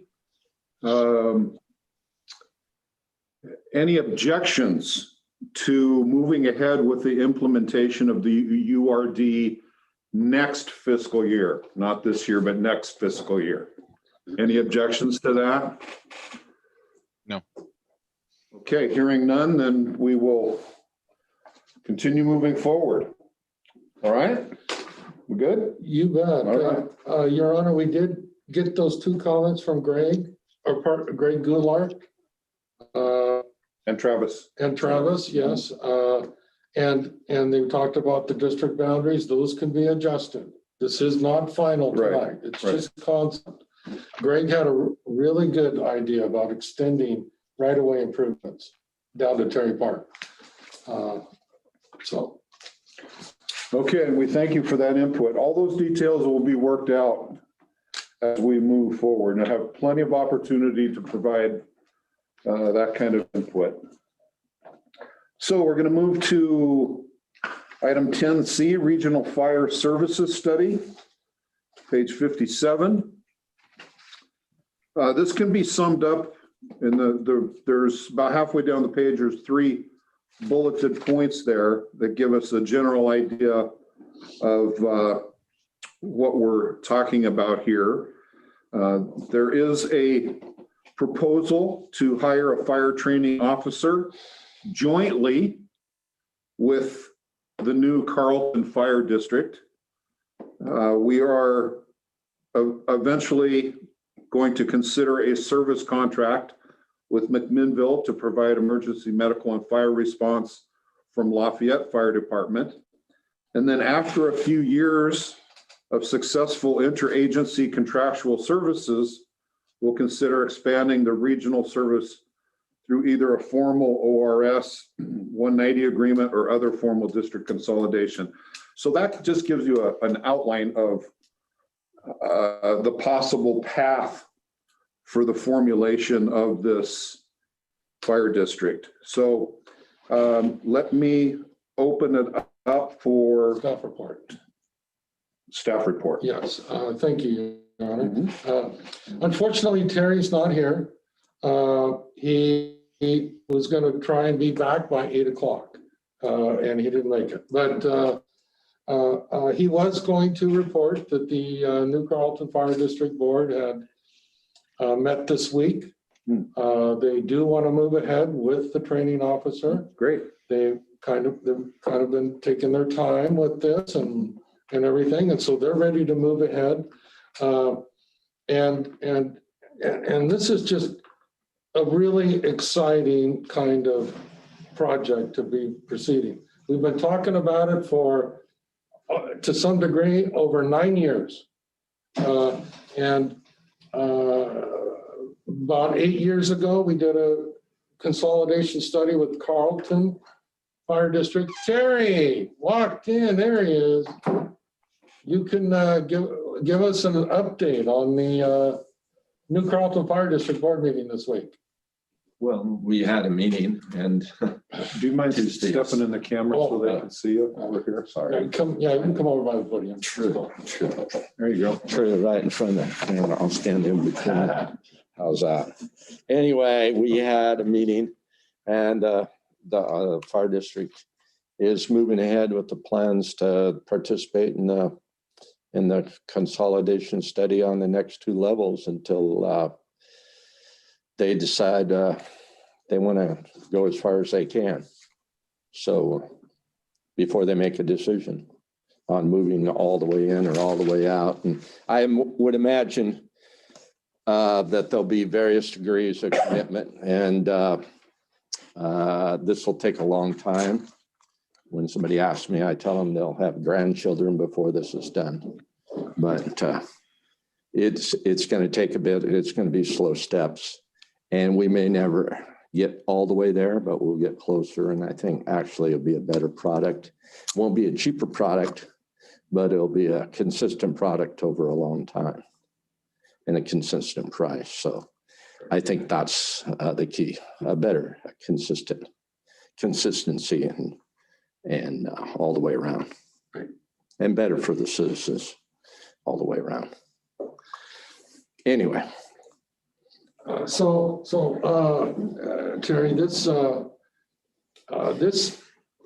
whole regional fire services would have been a completely different conversation if we didn't have a fire station. The fact we have a fire station means that Lafayette is a player, an equal player in all of these discussions. No matter who provides the service here, we're going to be guaranteed good response for the next 50 years now that we have a station. Well, you know, part of the problem years ago was that Lafayette needed a station. If we needed a station, nobody would want to contribute to buy us one. So we went out and bought our own so we can be pretty much assured we're on equal footing and a better possibility of having staff in here in the long run. We're in a unique position because we are at the corner of 3 districts, 4 districts if you count us.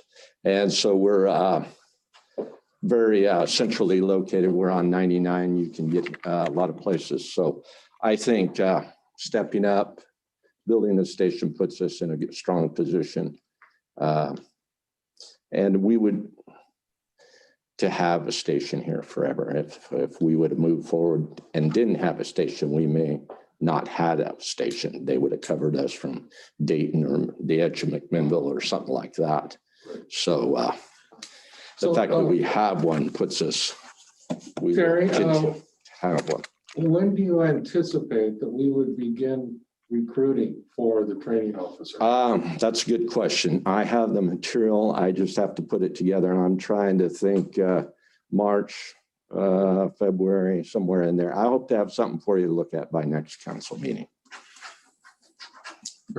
Well, yeah, and when we get ready to begin that process, we'll be asking for a volunteer from the council to be involved in that hiring process.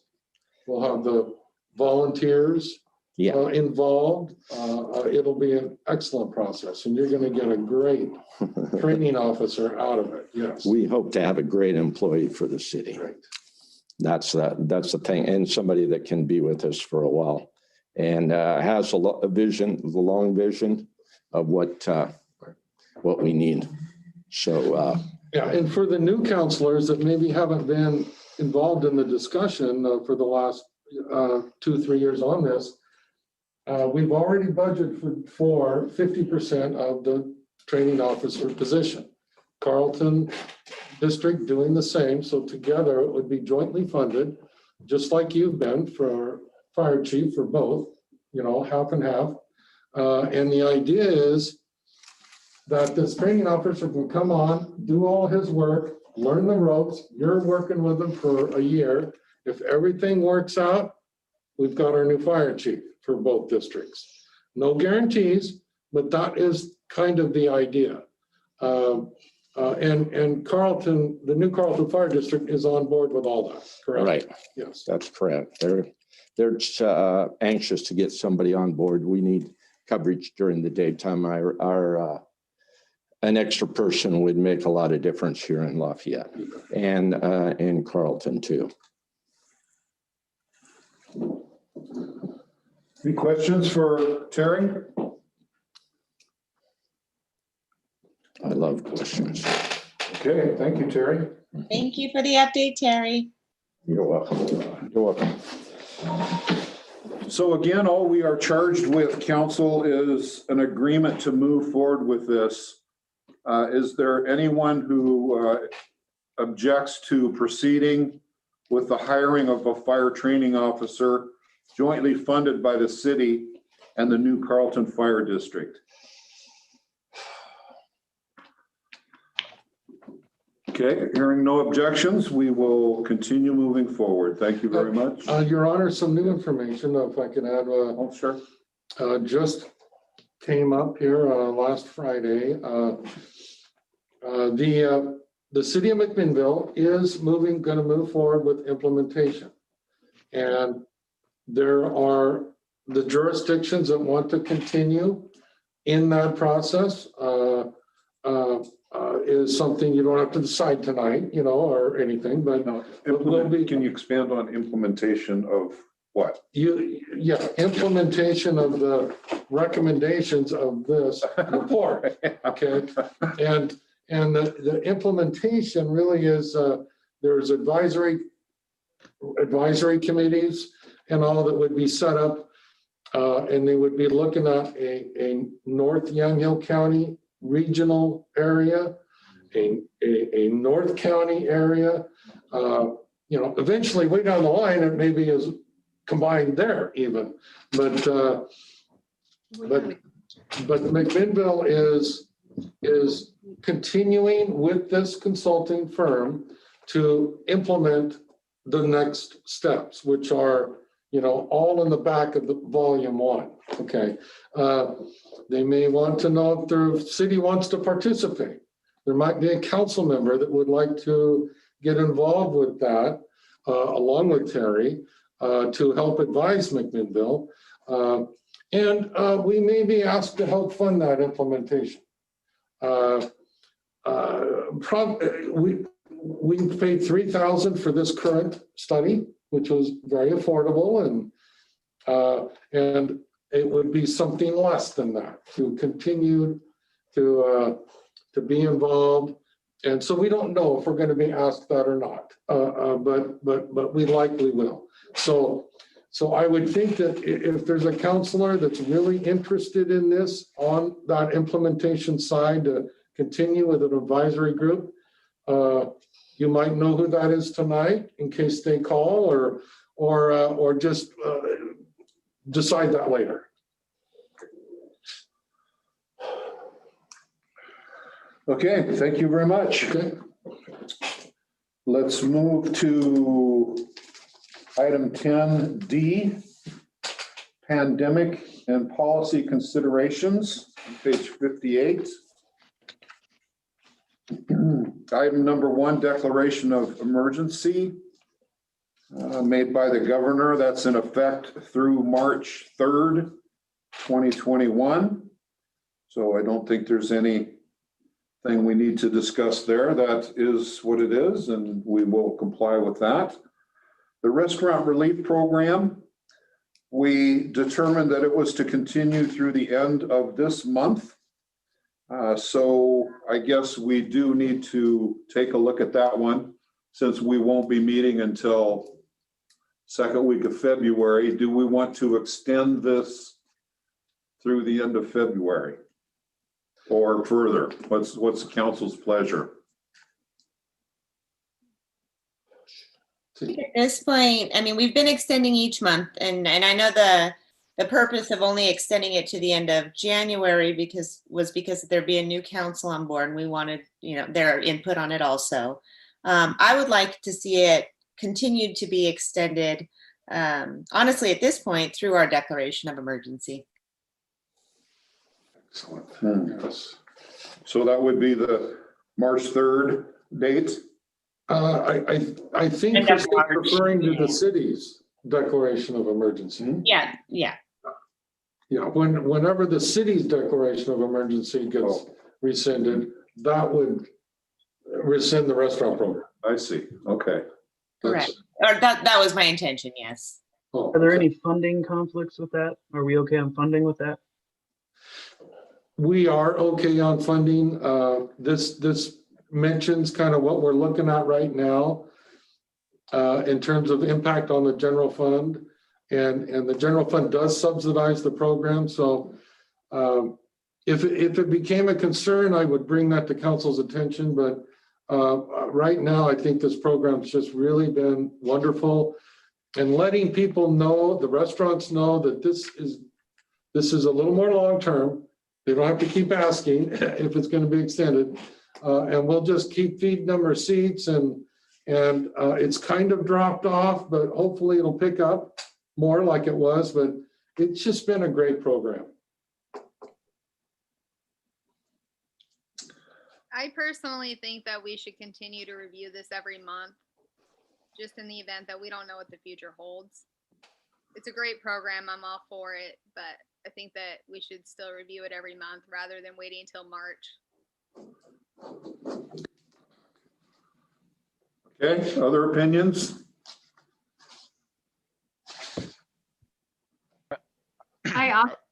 Go ahead. No, go ahead. The bad thing about Zoom is you interrupt people accidentally. I would agree that we should be reevaluating that monthly instead of just continuing to extend it out. Could we do kind of a hybrid and say by default, we're going to continue it with the declaration of emergency, but we'll review the usage, the report we'll get numbers in front of us every month. We'll get feedback from the city administration. And then if somebody says, hey, I want to talk about, an end date or something, or is that going to be too hard to end? Right. So you get into something by default, and if it gets to where only 3 people are using it, do we still want to continue it? Well, I don't have an opinion necessarily on that right now. I think my concern is if it depleted the general fund too much, and we don't know if the governor is going to extend these orders once again. And so that's kind of where I think just checking in every month, at least on this, is a good idea. I mean, currently the orders are supposed to end in the beginning of March, which may change, but we only have February in between then. So throughout this whole process, I feel we've actually been checking in every month, which has been good. And I think people who are watching, this is also a reminder of this program. So I think for a lot of reasons, it's just a good idea to have on the agenda every month. Well, it's been my intent, Councilor Paulson, to include this every month. And we've done that ever since the declaration of emergency began. So you'll get the data every month. The question is really, do you want the program to be extended? And if you want to determine that every month, that's all fine. But you're going to get this report on the agenda as long as we have an emergency. Yeah, and that's great, Preston. Again, I think it's good to every month, we can continue to extend it as we have. But in the event that something comes up that we don't predict, which honestly, 2020 is a prime example of that. I don't want us to be locked into something that's going to end up hurting the city when we're trying to help the city and the local business owners. Okay, so Kayla, are you recommending that we extend the program to the end of February at this point? Yes, absolutely. Okay. Any objections to that, council? Okay, let's do that then. We'll extend it to the end of February and we'll revisit it next meeting. Facilities, City Hall, Parks, Community Center remain closed. Gatherings are no changes there. CARES Act and CRF funds. Preston, would you like to comment on this? Sure, Your Honor. And it was really great last month when the city council, well, really the whole program, it came on fast. We're real proud of how we were able to allocate the dollars. Council supported that. Last month they said, spend every penny if you can. So we did that. And this is the final accounting by categories of how that money was spent in the community on our facilities. And it's, we're really proud of that, but it looks like there has been discussion and some money that might be coming our way for 2021. We hope. Right now, there's nothing, but we're staying on top of that. And if there's a similar program offered, then we'll be back at council proposing similar programs. Yeah.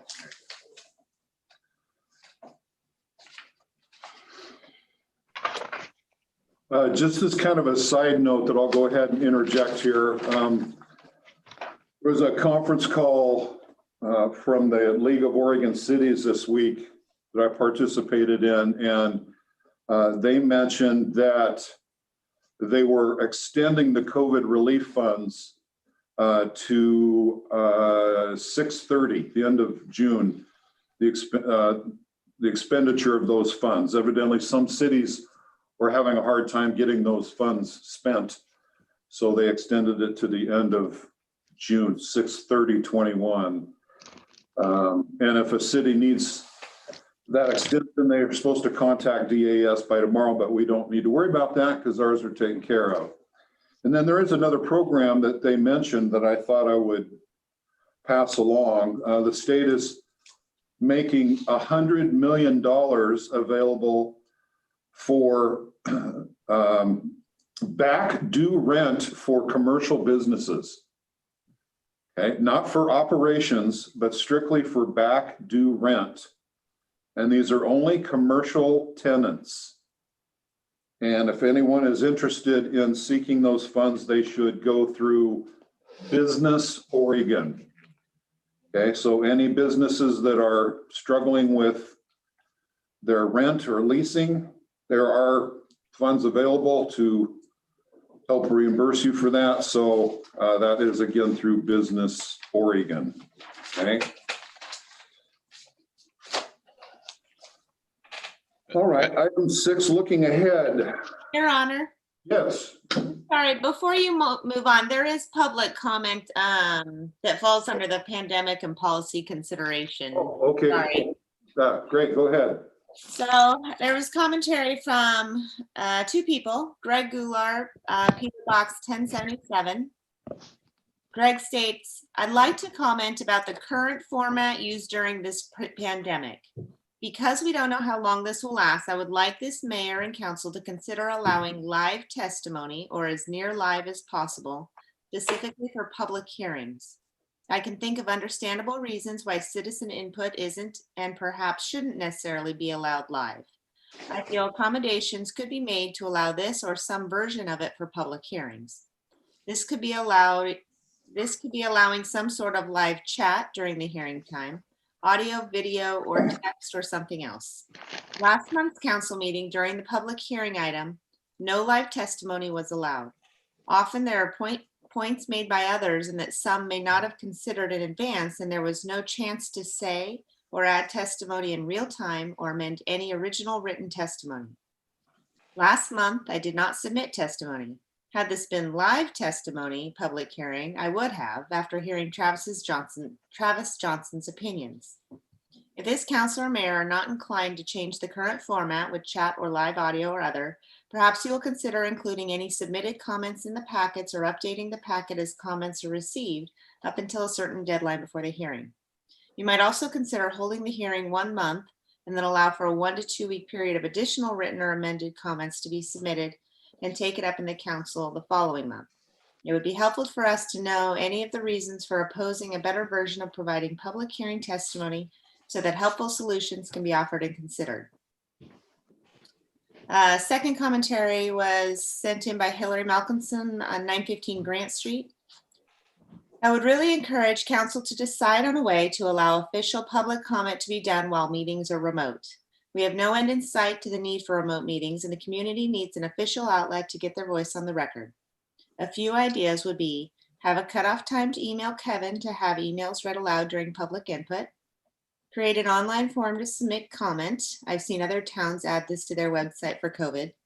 Allow people to wait outside and have one designated space reserved to come in and speak during public comment. And that's what I received. Okay, great. Thank you for sharing that with us, and thank you to Greg and Hillary for that input.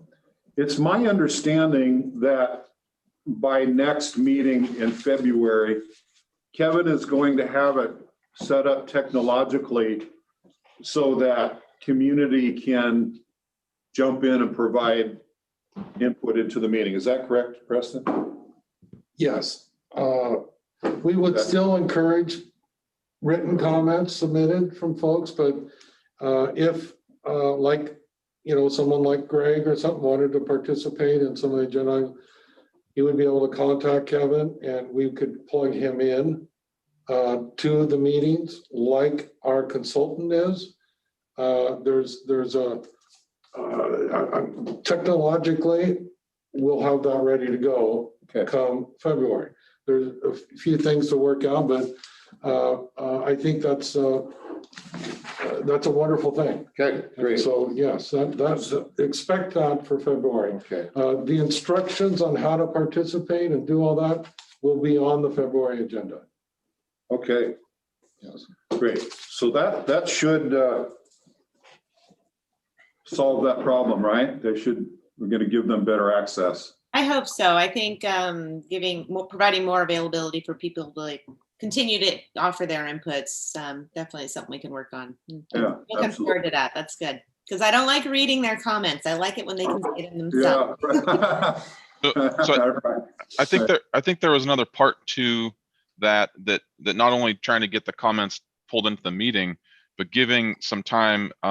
Clearly, if there's a time limit on something or something that's urgent to get passed, that's important to take care of the business. But if there's something that we could say, hey, let's see what, we've listened to some of the public comment tonight. Unless there's a strong reason, while we're holding our meetings remotely at all, to say, hey, let's see if there's any comment between now and the next meeting. And if there's not, then we can say, hey, we discussed this, and we can pass it. We didn't get any more comment, or we can read or hear from that.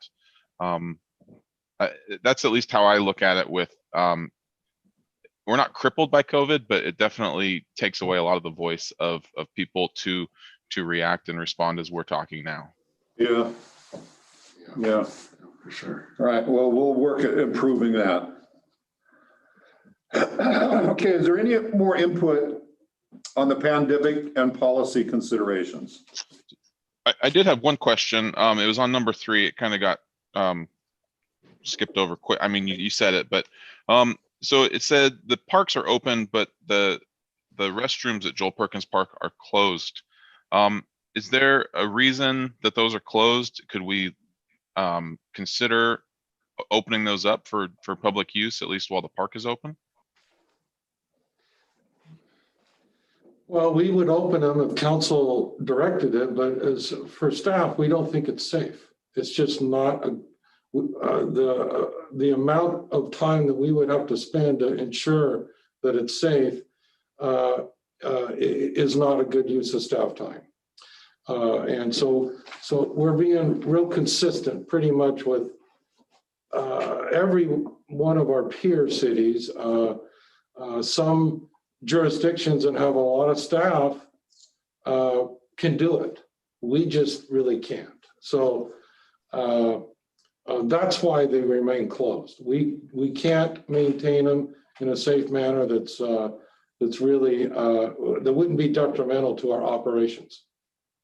So I'm assuming by that you mean disinfecting, cleaning, which it's my understanding that the parks right now, is kind of a use at your own risk. Could that be treated similarly?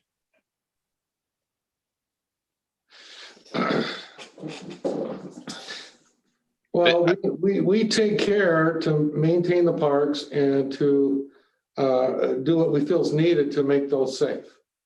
Yes, it's posted at your own risk, but the steps we take there are a lot different than having to maintain restrooms. That's the difference. It's much more easy to maintain park activities outside and ensure a reasonable safety. Restrooms are a whole different matter. Okay.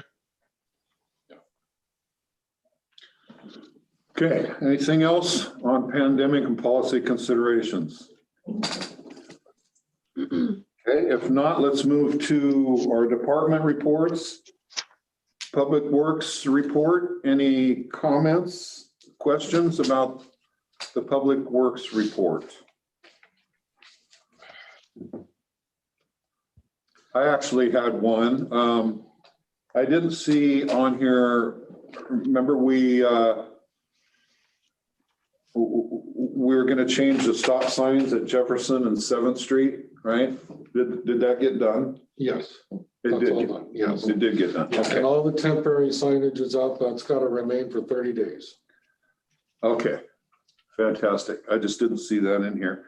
I did see the no parking dusk till dawn signs at Perkins and Commons Parks got put up, Sheila.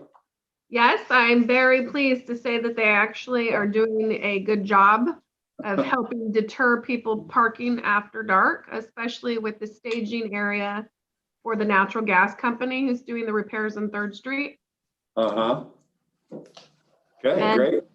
I would also like to say I appreciate the trailer being hauled off from Commons Park this last month to deter people from dumping their unwanted vehicles and or abandoning their trailers at the park. Yeah. Okay.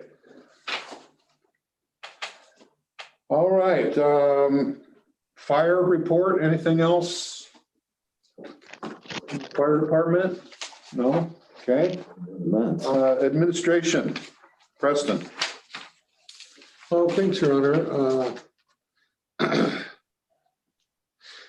I do want to mention to all the counselors that we're going to be setting up a tour of our pump station, our water pump station on Highway 18 and our wastewater treatment plant.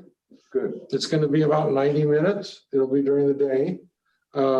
If counselors are interested in going on that tour, to contact Kevin and we'll organize a time to do that. This summer, when we get nicer weather, we will offer a tour of our watershed for folks that haven't been up there. And it's really beautiful and all that. The wastewater treatment plant and the pump station Not so beautiful, but very important.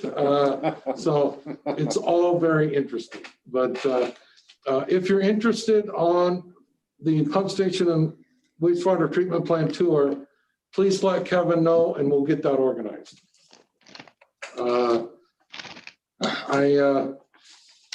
I had a resident request that we feature counselors in our newsletter. Every month, pick a new counselor and talk about what their favorite color is or whatever. It's a real nice idea. And if you want us to spend newsletter space for that, we can do it. I don't think it's the best use of newsletter space. When you look at all of our newsletters, it's pretty important, community-wide information. But what I am suggesting to address this resident's idea to get to know our counselors better is that we have a photo and a bio on our website. And it's there all the time. Yes. We're bringing people to our website. What do you think of that idea? Would you rather use the newsletter or maybe do something on the website? I like both ideas. I think they're both great. Well, I like the website idea yeah. best. Yeah. Well, we rarely are scrambling for copy for the newsletter. And I mean, if you want to devote time for that, we can certainly do it. But you might want to look back over the last year of our newsletters and see, gee, what was not necessary? Where could we put in a feature that, for a counselor? I'm not saying it's not important. I'm just saying we get a lot of information out on our newsletter. We could publish a statement in the newsletter that says counselor bios are now available on the website. It's a great idea. Go here, even provide a link or something so they could go see. Yeah. Yes, yes. Like that. That's a great idea. Well, if that's a good idea, then we'll need to get photos from folks. Color photo. Put yourself in a good light and submit what you want to say. We can give you comments on that, give you feedback. So there's no rush. It's just whenever you get around to it. The February, if we have people that are doing that, maybe February is a good time to put that out on the newsletter, or maybe March. I mean, I'd want to wait until we have everybody up there if we could do it. But if you need to get a color photo at City Hall, we can take a picture of you here against awards or something. But I'd ask you to take a first stab at what in a bio, or talk about why you what you enjoy in serving the public, something what you think might be interesting. So anyway, if you all can think of that, no rush, but it seemed like a great idea. Okay, so let's try to get color photos of ourselves and a little bio written up and get that to Preston as soon as we can. Okay. Tomorrow, I will be emailing you our audit from the fiscal year ending June 30th of 2020. We just got that in today. A very clean audit. In fact, there's no comments, which is really outstanding. Is that unbelievable. 3 years in a row? I think it might be. I think it's 3 years in a row. I've never had a year with no comments, and now it's 3 in a row. Wow. But the audit is very, it's a lot of numbers. And so if you get that and you have any questions, by all means, let me know. We're going to have our auditor here in February to present. It's usually just, 10, 15 minutes, answer questions, pat the council and the city on the back. But you're going to get your copy of that. There is a hard copy in your box. When you come into City Hall and get all your mail, you'll get that. There's a cover letter to it. So you'll get that tomorrow. You'll also be getting the city administrator evaluation form, because next month in executive session is my annual evaluation. And I'll mention this in the email, but basically the form is a tool for you to write down any comments you have. It's not something you want to turn in unless you want it to become a public document. It shows various categories and all, but in terms of doing my evaluation, you can talk to anybody you like, whether it's staff or businesses, other agencies. If you do talk to staff, do be cognizant of their time if you can, and but they know that this is coming. Anyway, that form is a tool to kind of organize your thoughts, and we'll meet in executive session on that in February. I wanted to mention that also coming in February are appointments to boards and commissions. We've got a number of vacancies. We've got a couple on the planning commission, a couple on the budget committee. We've got one for downtown for interested people. But we've also got 2 counselor appointments. And it'd be helpful if you all could think about that, because we typically appoint a counselor for the downtown committee, which serves along with the planning commissioner and interested downtown. They review any applications for the facade program. And we also have an appointment to the Yamhill Regional Water Authority. It used to be Doug Cook. He was our liaison since it started 5 years ago, 6 years ago. And I'm the alternate. I attend all the meetings. And so if there's a counselor interested in serving on that Yamhill Regional Water Authority, it would be nice to make that appointment next month.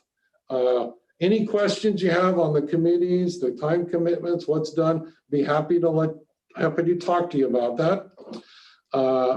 And as far as other appointments that are up, we just like we do every year, we just ask the incumbents, do you want to serve again? That's all we do. And then we bring that to the council in your packet for next meeting. So unless you want to change in that process, let me know. But otherwise, get the word out and do think about if you want to serve on the downtown committee or the Yamhill Regional Water Authority. Also want to mention that, this we had nearly 2 inches of rain here the weekend before last, created a lot of storm issues. Of course, we had a minor overflow at the plant. There are signs up today at our park. Had nothing to do with us. That was actually the city of McMinnville that had a raw sewage spill. So they signed our park. Those are their signs. That's not ours. But I just wanted to kind of mention that, and our public works staff has been phenomenal. They just unclogging storm drains, helping residents with problems, and then all of the other work that comes with winter time. But we've also got a big development in Dollar General that's occupying time. We got the development in Meadowbrook, and I tell you, we got a great crew, and we're getting through this winter. Hopefully we don't have another atmospheric river event. We missed the last one, but we're not out of winter yet. The night work on Highway 99 for our water line is going to start next Tuesday night. And then it will usually be Tuesday through 3-4 days each week. So that was going to kick off. We've noticed all the businesses and let them know that's going to be happening. And the last thing I wanted to mention is on some water issues. We started injecting in our ASR well this week, which is about the same time as we did it last year. And flows are really good. So hopefully we will build up enough in this groundwater reservoir to provide us the water we need to meet demand in July and August, late summer. So that has begun and we're happy about that. We're going to get a bill from Dayton for $55,000, which is our share of the new chlorination system that has been installed at the city of Dayton. We knew that was coming, but it's going to come due here in the soon. We do have the water production reports that was emailed to you.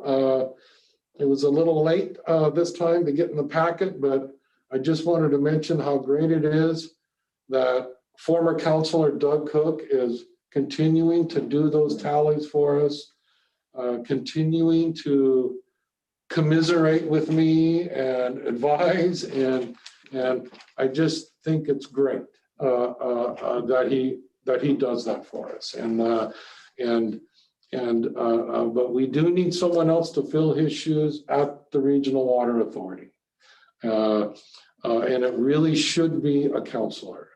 As much as Doug has done a great job, it really needs to be a counselor on that, because it is a 190 organization. They do make decisions, and it's important. I think we have the council. And Doug said, no, you got to have a counselor on that. So that concludes my report. Okay, fantastic. Thank you.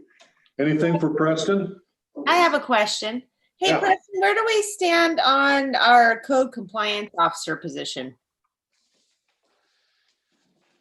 Well, we actually sent 3 certified letters out today to begin the process against some of our worst offenders. Okay, but we have somebody hired into that position now. Yes, he came on board last month, and I really think he's going to stick it through. He's going to be with us for part-time for over 6 months, and it's really been a big help. Yes. Wonderful. Thank you. That's a great update. Okay, anything else for Preston? All right, any committee reports? No, any counselor reports? Hey, actually, I do want to throw one thing to Preston. I noticed Sure. earlier this week in an email from Preston, you CC'd my City of Lafayette account. It would be extremely helpful to figure out how to access that. We will definitely get that to you. That is very important. You use the city account for city business. And so that helps explain a few things.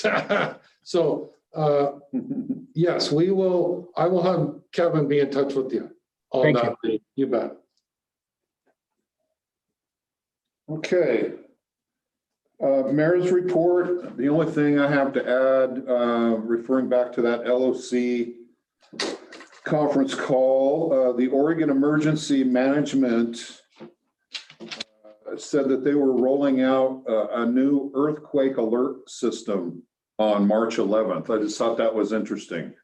So evidently they've come up with a new earthquake alert system, and they'll be rolling that out in the state on March 11th. So it'll be interesting to see what they have there. They deal with all kinds of interesting things like COVID, civil disturbances. So I'm sure they're very active with that right now. Potable water, housing, debris removal, and wildfires. So they got a lot on their hands. Okay, and then the National League of Oregon Cities reported, but they only talked about stuff that we see on the news every night, so there's nothing to report there that you don't already know. Okay, guys, let's, I think we're through our agenda. Anything else before we wrap up? Good meeting. Thank you to you all. Is there a motion to adjourn? Motion Can I to throw in, can I have a quick question for Yes, the please. mayor here? Just a quick question for the mayor. Do you want any input from council in selecting your appointment to fill the vacant position on the council? Sure. I am open to any input I can get. That's fine. Thank you. That's fine. Yeah, you are welcome. Did I hear a motion to adjourn? Motion to adjourn. Second? I'll second that. All in favor, aye? Aye. Aye. Any opposed? Meeting adjourned. Thank you, guys.